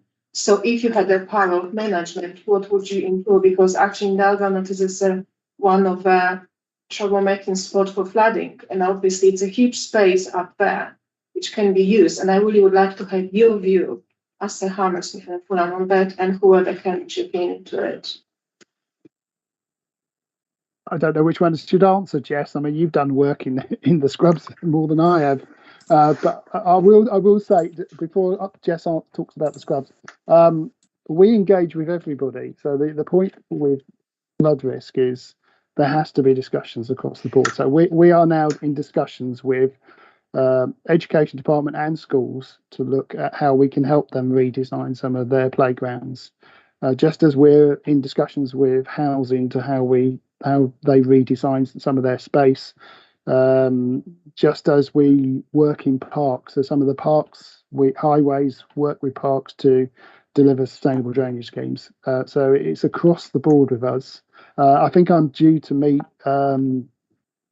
Wormwood Scrubs prison accommodation manager, because Wormwood Scrub prison want to help in terms of flood risk, so they want to have a discussion. So not quite covered a church, but there is quite a wide range of people who we are now talking to, and I think that's really the fundamental, is that flood risk has to be managed as a council and not just highways and not just an environment department. It has to be across the board. So we are talking to quite a lot of people. The Brackenbury area, we are talking to restaurants around some of the schemes we want to put in. So the next project for Hammersmith and Fulham is probably to do a mitigation for the Brackenbury area, and that'll be, once we consult the residents, we'll work with them. It will be a number of rain gardens. It will be a number of tree pits that we put into that area. But we work with residents to try and find the right locations and make sure we do that. Jess, do you want to talk a bit around parks and the scrubs, because you've done some work with them? Yeah, sure. So I know up at Wormwood Scrubs there is a bit of a flooding issue. So we think about flood risk and paved surfaces. But actually some of our green spaces, they're actually underlaid with clay. So when you get heavy rainfall, the water can't soak into the ground that quickly. It actually just streams off. And because Wormwood Scrubs is, obviously it's elevated, it's a hill, it runs off. And then Ian said we have the prison, the hospital, and some land next to that, and the water all ends up there. So we have done some work previously there. So there's a pony centre on the corner which has flooded, and we put in some swales and increased some of the drainage on the side of that as well. And that's worked, that's been effective. The Pony Centre hasn't flooded since. It didn't flood last year in the major event either. And I think as part of the wider master plan for Wormwood Scrubs, so it is getting a bit of a facelift, well, not facelift, but there are some works going on there related to some external funding from HS2 and places like that. And there will be a flood alleviation scheme going in there. I don't have the details of that yet, but I know it is in each corner at the bottom. So they'll start to collect water and create swales, potentially a wet woodland, I think, as well, behind the temporary school that is there. And this, I think this will happen in a couple of years' time. I think this is just being consulted on at the moment as part of that wider master plan for the Scrubs area. But Parks team do a lot of work. So where possible, they will also depave. So they use a material called CDEC, which is porous, but very good for a path material in a park. And I mean, you mentioned churches before. I know our parks team, they actually manage some open space around churches. So I think some of the churches, this might be wrong, I'm going to say St. Peter's, which I think is in the west of the borough. I know one of my colleagues has done some work around the church and with the church in depaving a section around there as well, which is maintained by Parks. So it is Parks do their bit. And even in K&C as well, I think Holland Park has a large such scheme that was put in a few years ago as well. I just want to ask, you mentioned that it may take years to work on Little Scrubs, but the estates in Hammersmith, Queen's Caroline, it wasn't really years to come. So why you say it's such a long time when actually this is open space and you don't have to really think about noise, anything which can affect. Oh, sorry. Yeah, I think Wormwood Scrubs, it's related to the other works that are going on there. So there's some works actually on the Scrubs at the moment. I'm not sure if they've finished, which is mobilisation works for HS2 at the top of it. So they need to get all of the construction work done, which is related to HS2 and some of the access issues that. So I think they access some of the sites through the Scrubs at the moment. When all that's complete, I think then unfortunately, there's no one from Parks here today who could give you all of the correct information. But I think once that's finished, then the improvements to the Scrubs will happen. If we move to item number 4, which I think is covered a little bit anyway. James, do you want to briefly introduce that? Yeah, so this is about, I mean, I've spoken about some of the future opportunities that we've got in the pipeline, but spoken briefly about planning systems. So we have relatively stringent policies in terms of surface water management on top of the national guidance about major developments. We also have quite strict policies for kind of minor developments and even household developments as well. So planning applications coming forward will resist impermeable surfaces in front or rear gardens, and we'll look to control that and manage surface water. There's supplementary planning document that's been produced, so that's the Green SPD, and that goes into sustainable drainage, but also other elements of climate mitigation. And part of that also has a householder guidance in what individuals can do, because we all acknowledge that it's not just it's not just developments that come forward through planning. It's the existing infrastructure, existing property that householders have. So anything that can happen in those areas. So we have guidance that's available for that. In terms of the other thing to note is about funding SUDS, and the schemes that we have at the moment has external funding allocated from both Thames Water and from the Thames Regional Flooding and Coastal Committee. I think in terms of the future opportunities, one of the big things that's happening at the moment is Thames Water are consulting on their drainage and wastewater management plan. It's the first time they've had to develop a management plan. The consultation ends, I think, on the 22nd of September. And what they've identified is there's a risk zone in Kensington and Chelsea, and the Kensington and Chelsea risk zone includes Hammersmith and Fulham, and they've identified that significant investment needs to be undertaken over the next 25 years. This is from 2025 onwards, and the two methods that they're looking to do that are sustainable drainage, reducing the amount of water getting into their system, and also larger sewers. So the two interventions that Thames are planned and have a significant amount of money in their plan from 2025 onwards allocated. We don't know the details of that yet because it's out for public consultation at the moment. But it's likely that from 2025 onwards, Thames Water will themselves have a significant amount of money for sustainable drainage in the area. So we would look to potentially use that funding, have locations identified in advance where SUDs can be delivered, SUDs can be implemented.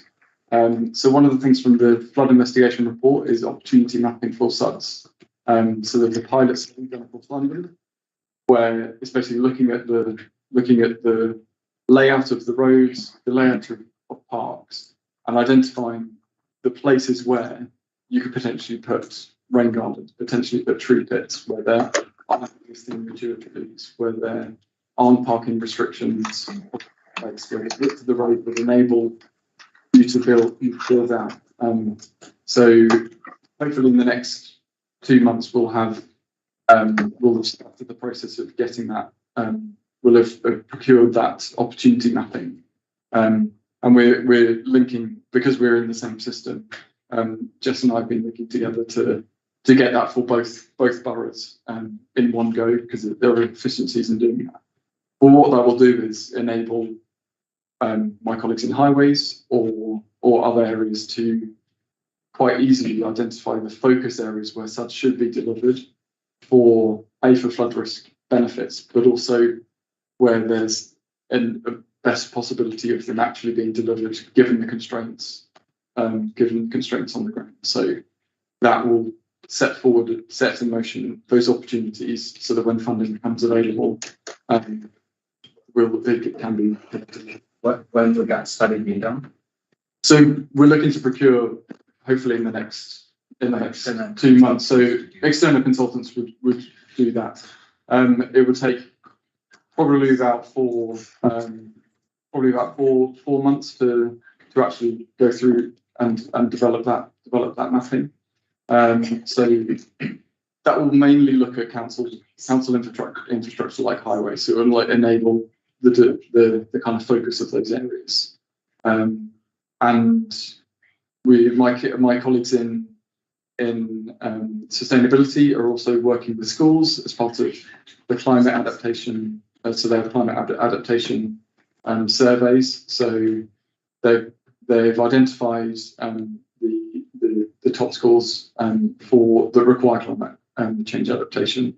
And they're doing surveys at the moment of some of those schools. And as part of that, we'll be looking at SUDs interventions in the schools. The problem is there are lots, as you probably counted, there are lots of different areas, lots of different kind of aspects, and lots of different parts of the council that are delivering schemes and have plans at the moment. But each of those kind of takes time and adds resource to be able to do that. The mapping I've developed, which is available on the website, so there's a story map that goes through SUDs. It has all the council schemes on there, all in one place, so that's not kind of piecemeal delivery from individual service areas.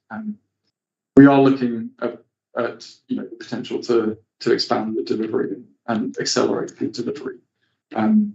But yeah, at the moment we're focusing on the ones we have planned. James, conscious of time, I'd like to bring in our experts as well to contribute briefly to this before we then put up to questions and bring in residents as well.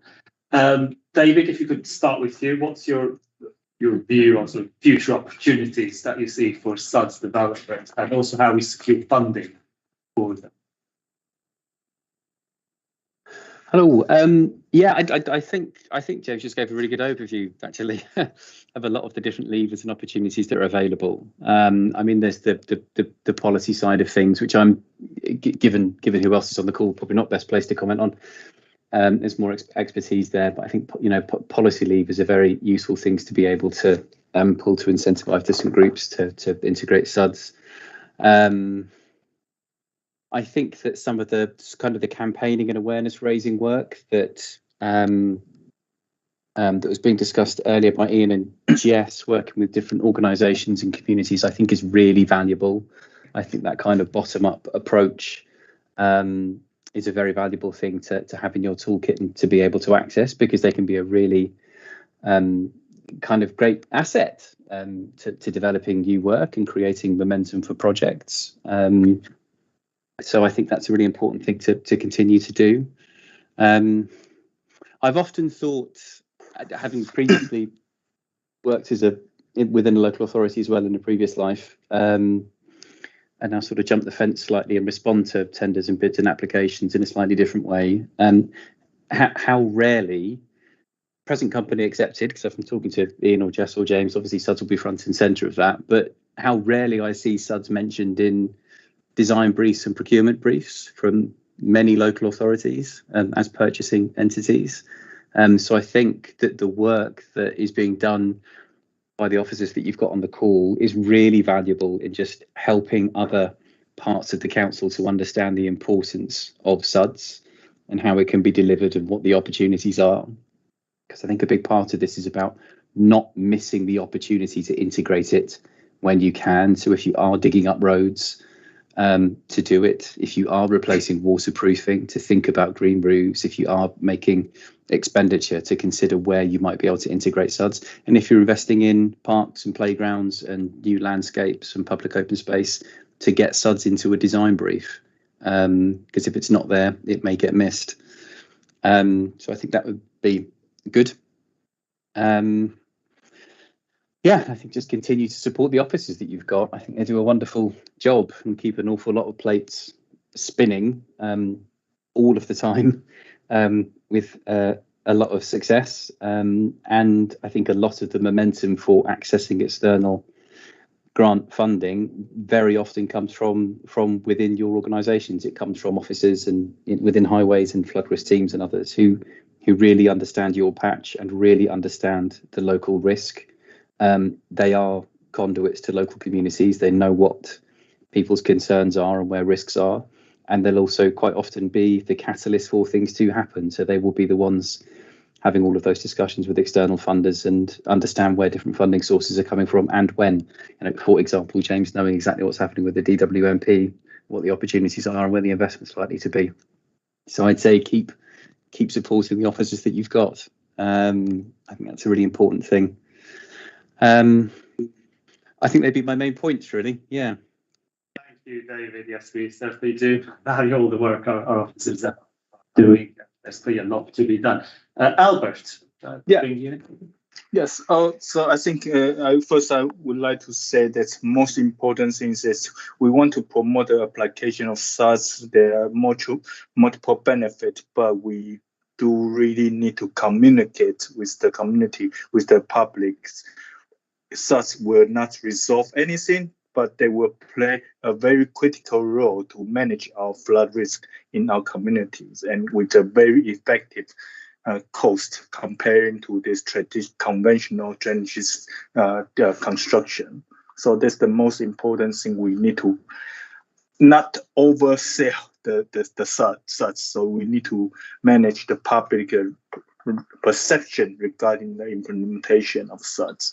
And then the other things that try to communicate with them to raise the awareness, so there are potential multiple benefits, not only just resolving the flooding problem, but they can also contribute to the much better living quality, environment condition, biodiversity, all these kind of benefits that we require some detailed communications. And then regarding the opportunity, I think if the council could also think of the possibility working with some private sectors, some large superstores, they have huge car park. If they're going to renovate their car park, there could be a huge possibility to implement such in those sites. And particularly, if we have a very limited space in London, so we might need to seek out this possibility, working not only for council itself, but also working with the private business that to seek to. This will also contribute to some additional benefit to those business, not only just cost them money, they will definitely bring them extra benefits. So it requires communication with them to see if we can collaborate with them and to develop this scheme. And also maybe also we also recently there are quite a lot of examples I've seen that some supermarket that also to incorporate there's a solar panel that's not for such, but there's also the solar panel, and for the car park there's also some example we can learn from those kind of collaboration. Thank you. Thank you very much. I do have a few questions. That's what I asked them. I'd like to invite residents to ask some questions. Would you mind introducing yourself before you? It was very interesting. Sorry, name. Rubina Rose. It was very interesting to hear about the scrubs. But Kensington has more communal gardens than any other borough in London. They have 100. And I found it extraordinary to have no mention. I mean, it's very sad the planning department wasn't here, of using what one already has. I mean, I've lived in the same square for 71 years, and the flooding has increased incredibly as we've had half surfacing and tree removals, you know, with no comment from the council who collect the rates for them, you know, and it strikes me with a more active attitude in what is, after all, a crisis. They could, you know, to tax people if they've got hard surface front gardens. You know, I mean, I don't know what. These are policy issues, you know, but I think it's a really rich theme, you know, because it's a lot, it's already there, and the parks, you know. I mean, it was great to hear about the scrubs. I mean, it's been very interesting, but I wish planning were here, you know, all of them. Well, so I sit in planning, so my role is in planning, and I've spoken to residents about those about the communal gardens. So I was in Royal Crescent recently and speaking to residents, and you know, there's the large communal garden there, and Northern Square, and Elgin Crescent. It's 16 squares. Yes, yeah. You know, that's a hell of a lot of open land. Yes. It's on a hill on London Clay, and also people have been allowed to dig out their gardens, removing huge amounts of absorbent soil, and no planning guidance on that. You know, it's going on now. I mean, you know, I'm sorry, it's obviously a bête noire, but it's sitting there, and it's the crisis gives a new focus, you know. I mean, it gives a new way of seeing things. I haven't seen them like that before, but there they are, you know, and it needn't destroy them. But I notice all the new build, nobody wants a tree taking their light, you know. Well, excuse me, we are part of a wider community, and if London floods entirely, we have responsibilities with our privileges. It's not a terribly fashionable view, perhaps, but I'll shut up now. Thank you. Can I just ask, just picking up on that, we still allow a double basement or a deeper basement for a swimming pool in our council policy, our planning. Is that something that would make a difference if we turned around and said, actually, no, we said you can only have 1-story basement beneath your property, and actually, or swimming pools need deeper depth. Would that make any difference? It entirely depends on the local circumstances around those properties. I mean, one of the biggest issues with basements that extend beyond the boundary is taking up that kind of permeable surface. So the policy we have is there needs to be a metre of soil above where that basement extends into the garden. It can't go beyond 50% of the rear garden. But they do. They dig it out.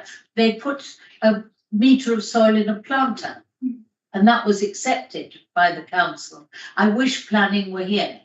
I mean, I think they're not aware of some of the things that have happened. I would take them, anybody on a walkabout. Yeah, and I mean, to note specifically on that, and you may have done already, but you know, we're actively taking kind of enforcement cases on specifics of things like that, and you know, and looking really closely. Areas like swimming pools, we're taking. So I've been recently working on an enforcement case and providing evidence to an enforcement case at boundaries. So you know, the planning department, so we do take it seriously. Yes, no, But I completely I acknowledge your point about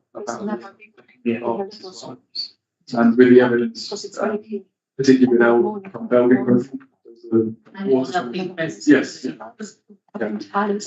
Yes. Marion Gettelson, I'm interested in your comment about the SUDs with Portobello Court. Mine, I lived and hope to live again. Yes. Just below it. And I was interested that Coldville School flooded because the house next door flooded. But what's happening in Portobello? First of all, the heavy rain that day, and this might have come up because I've not been told about these meetings. It might have come. The heavy surface water did not come down Portobello.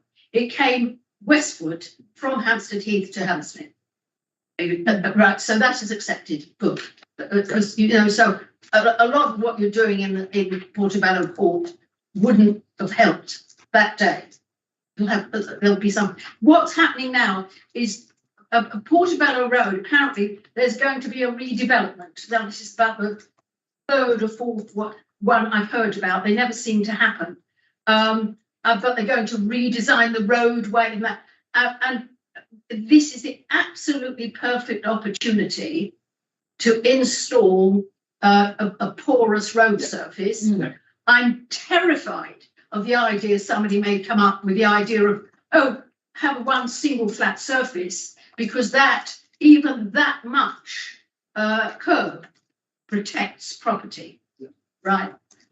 You know, the water came across Portobello Road, and there are a series of junctions. On each junction, because I checked, on each branch of each junction, 10 properties were flooded, right? So that's 40 on the junction nearest me, because the gullies were not cleared. Okay, the minute they were dug out, the minute the pumps went on, were turned on down in Lance Road, and by the way, has Thames Water installed an automated system to do it now? Have they? They haven't, no, not that I'm aware of. I say they're going to. Yes. When? Is it? Will I live long It's a enough? very, I don't know. So will any of us live long enough? On your point about the Portobello Road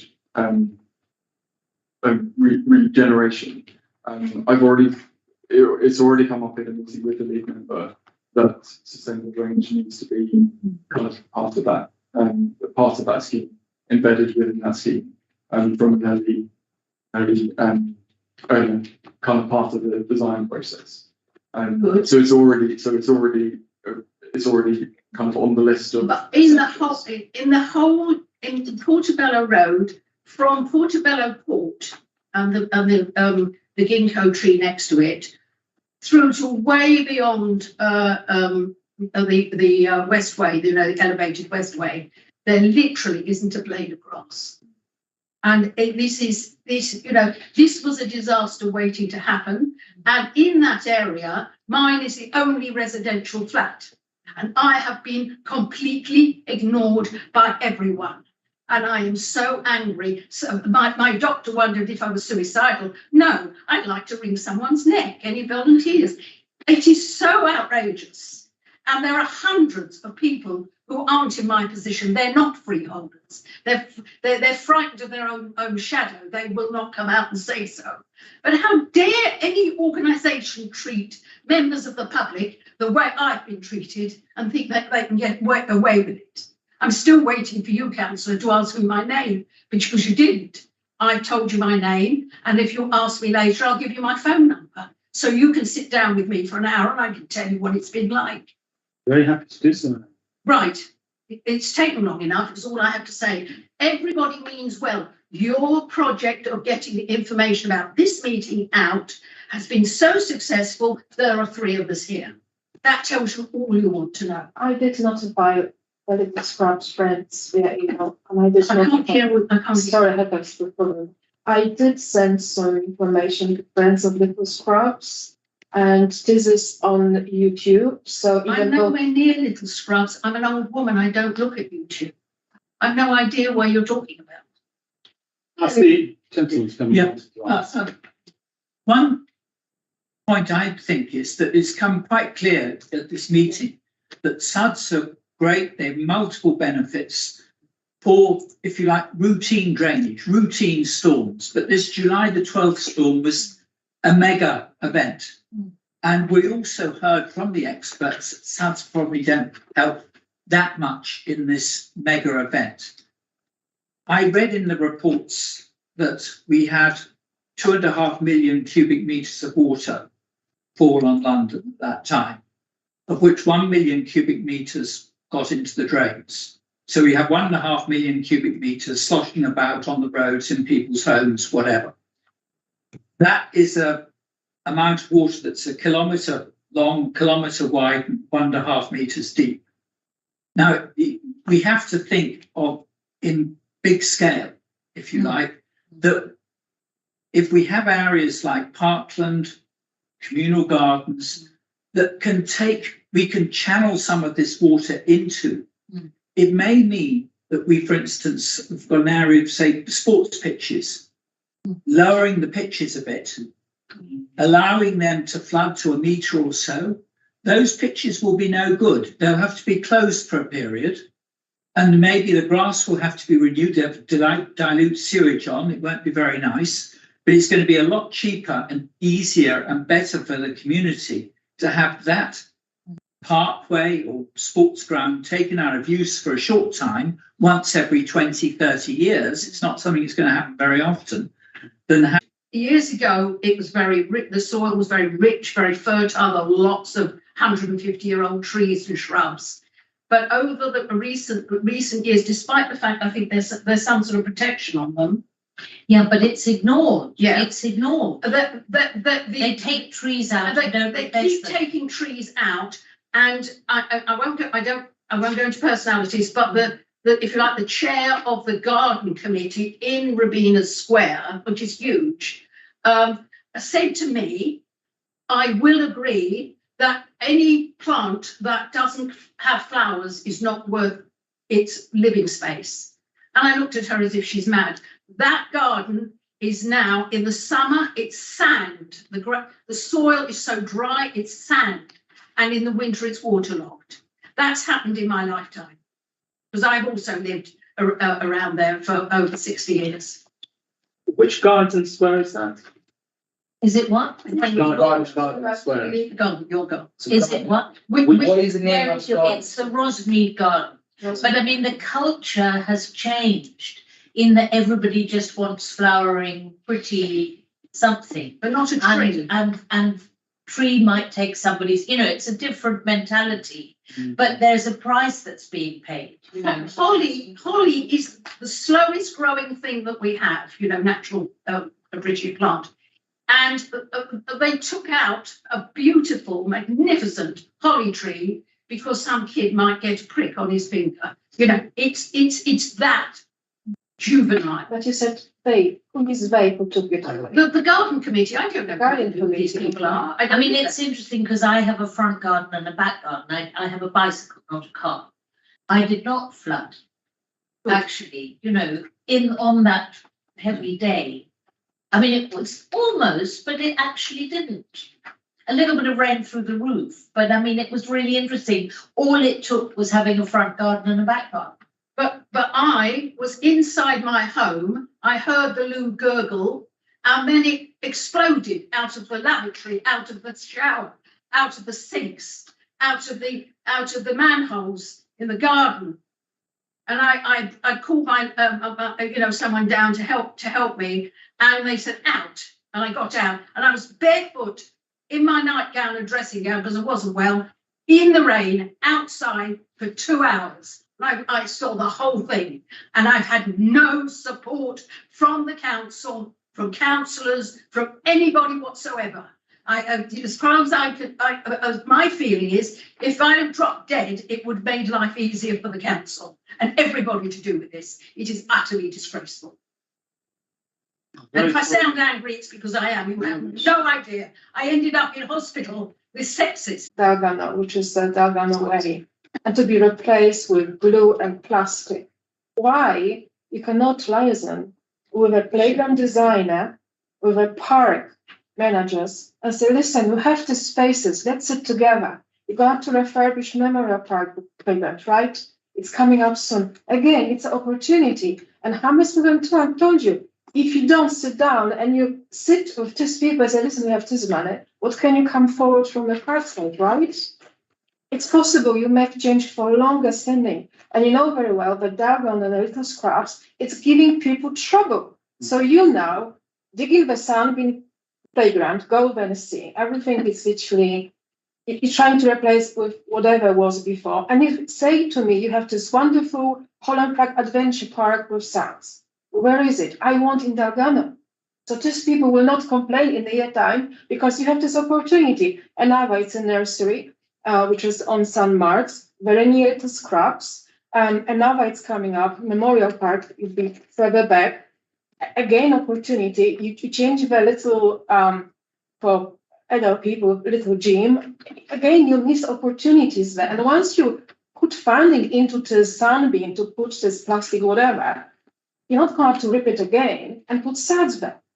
So my question is very near, we talk all of it, but your planning, your organization within the council is not there. And I'm very sorry for these ladies, because I think in 3 years' time, we'll be still here taking the same questions. And you're not learning from Hammersmith and Fulham at all. Well, even I am absolutely amazed. I go to Northern Road Market and there is a tree and they put little sort of slabs of marble, whatever it is, and they put soil and they have beautiful flowers. I walk around High Street, it's not here. It's simple thing, you walk outside. I'm honestly hammering for such a long time on Twitter. You see outside our council, you have beautiful space. Why it is not white meadow? I feel ashamed for these people coming here, but they say we have in garden. You go to one pound shop, and you get seats there for little money. You have millions sitting on, and you are not doing work with little spaces you have. Yeah, I mean, I think part of it is having the resources and the function available to. You just said you have millions, and Meg gave you 3 million as well for greening. But it's an opportunity to make new connections. Well, exactly, yeah. So you know, the benefit is in designs that are going on for highways, schemes are being delivered. But yes, I completely understand that there are many more opportunities. Can I have the adventure playground, which is in Holland Park, literally implemented in Sunbeam? Can you speak with a lady and just literally see how much it costs and do it back? This will help and almost in the longer run. So I just want to give an update on the adventure playground was a new, recently done project. Before we did that project, we ensured that the SATs came in. So any new project, that's what James was explaining, any new project we would have an opportunity to implement SATs. The existing ones obviously have been done historically long ago, so there's no opportunity unless there's a revisit. And you know, I spoke with residents on Ghana Way and I asked if you like to have nature-friendly playground.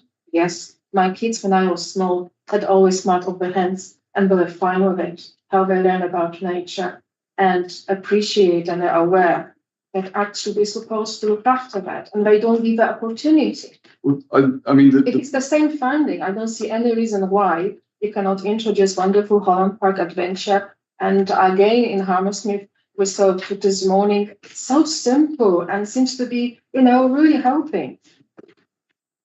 Yeah, I mean, the positive thing that's coming out of things like estate improvement budgets is residents themselves are asking for interventions, asking for such interventions themselves on the estates and wanting them to be incorporated into the design. So the good thing is those are being taken forward, those are being pushed forward almost by residents themselves, and then integrated within the design. So Alan Mambala Estate only became an opportunity because residents themselves That's all rubber. identified. It's nothing to do with Holland Park. I'm sorry to be a little bit straightforward. You see what I'm getting? I'm getting the rubber in sunbeams. Yes, Plastic rubber. I don't know specifics about that scheme. How many little stuff you can put back? How many little? Can I bring in the gentleman back? Sorry, I'm not a resident, so I'm slightly cheating here. But are there any statutory obligations on the council to consider SUDs when you develop this? Don't ask me, I don't. Oh, sorry, no, I was talking across apologies to the officers. To deliver, yes. So in terms of major development, there's a statutory obligation as lead local flood authority to comment on applications, and we have strict policies that mean they have to discharge their greenfield runoff rates. We also have a local flood risk management strategy. That's a statutory obligation, and as part of that is identifying projects to deliver. One thing we're doing in the next 6 months is updating that local flood risk management strategy. That is a good opportunity to, identify all these things and pull it together in something that's a revised strategy that pulls these aspects together. That will go out to public consultation. It will go out to public consultation to residents, and it will kind of take into account the national strategy from the Environment Agency and also local impacts. So that's a good opportunity to Clearly, by everything that we've heard this evening, there's clearly lots of opportunities, both on council, on property and public land, also in all the private land across the borough, to introduce different types of SUD schemes, different types of funding opportunities, and clearly the revision of the local plan, all of the other policies. We'll have to find ways of incentivising all of that. Clearly, I think that's a really good idea with the Jubilee Square. We can do there outside as well. But yeah, there's a whole lot that's outside of the council's remit. So it's the majority of the borough. And I think in future meetings we'll have to talk more about how we can develop those schemes, create those sorts of incentives for private landlords, for housing associations as well, which operate quite a lot of housing across the borough. Certainly my ward in Earls Court, Kensington, across the borough as well. And so we'll definitely get more into that. And more of the evidence we've heard this evening, we'll be considering a lot of detail in our discussions and recommendations to come. Marion, I'll give you the last word. If you have a question. I will. It might be that people don't want to hear this again, but have you? I understand you're a Leeds End councillor, which I've just been told. Is that true? Or are you lady? Lady. Yes. You're Leeds End. No, You're not. Like you're later, are you? I'm later. Yes. Right. Okay. But you're new, I think. I am new elected from. One must understand that what happens in Labour wards is not what happens in long-term Tory wards in this borough. You can see it in every aspect of the way the streetscape, for instance, looks, feels, is. Every item that you can think of in the safe Tory wards are of a different order from up in the north.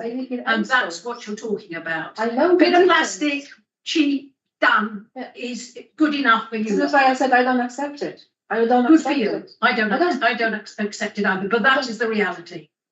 Thank you. Well, I think it's very important that across the borough we have equal investment, and all of the opportunities from SUDs are found throughout the borough in all parts of it, because all the borough is affected by it, as we saw. Even the Tory wards have been affected by flooding. Yeah, but my alternative accommodation is in Pembridge ward, and the street lighting and the pavements and the parking and all the details that make up a comfortable area are of a different order from Colville. And I'm not blind, deaf or dumb. Has been to Holland. Pardon? Holland.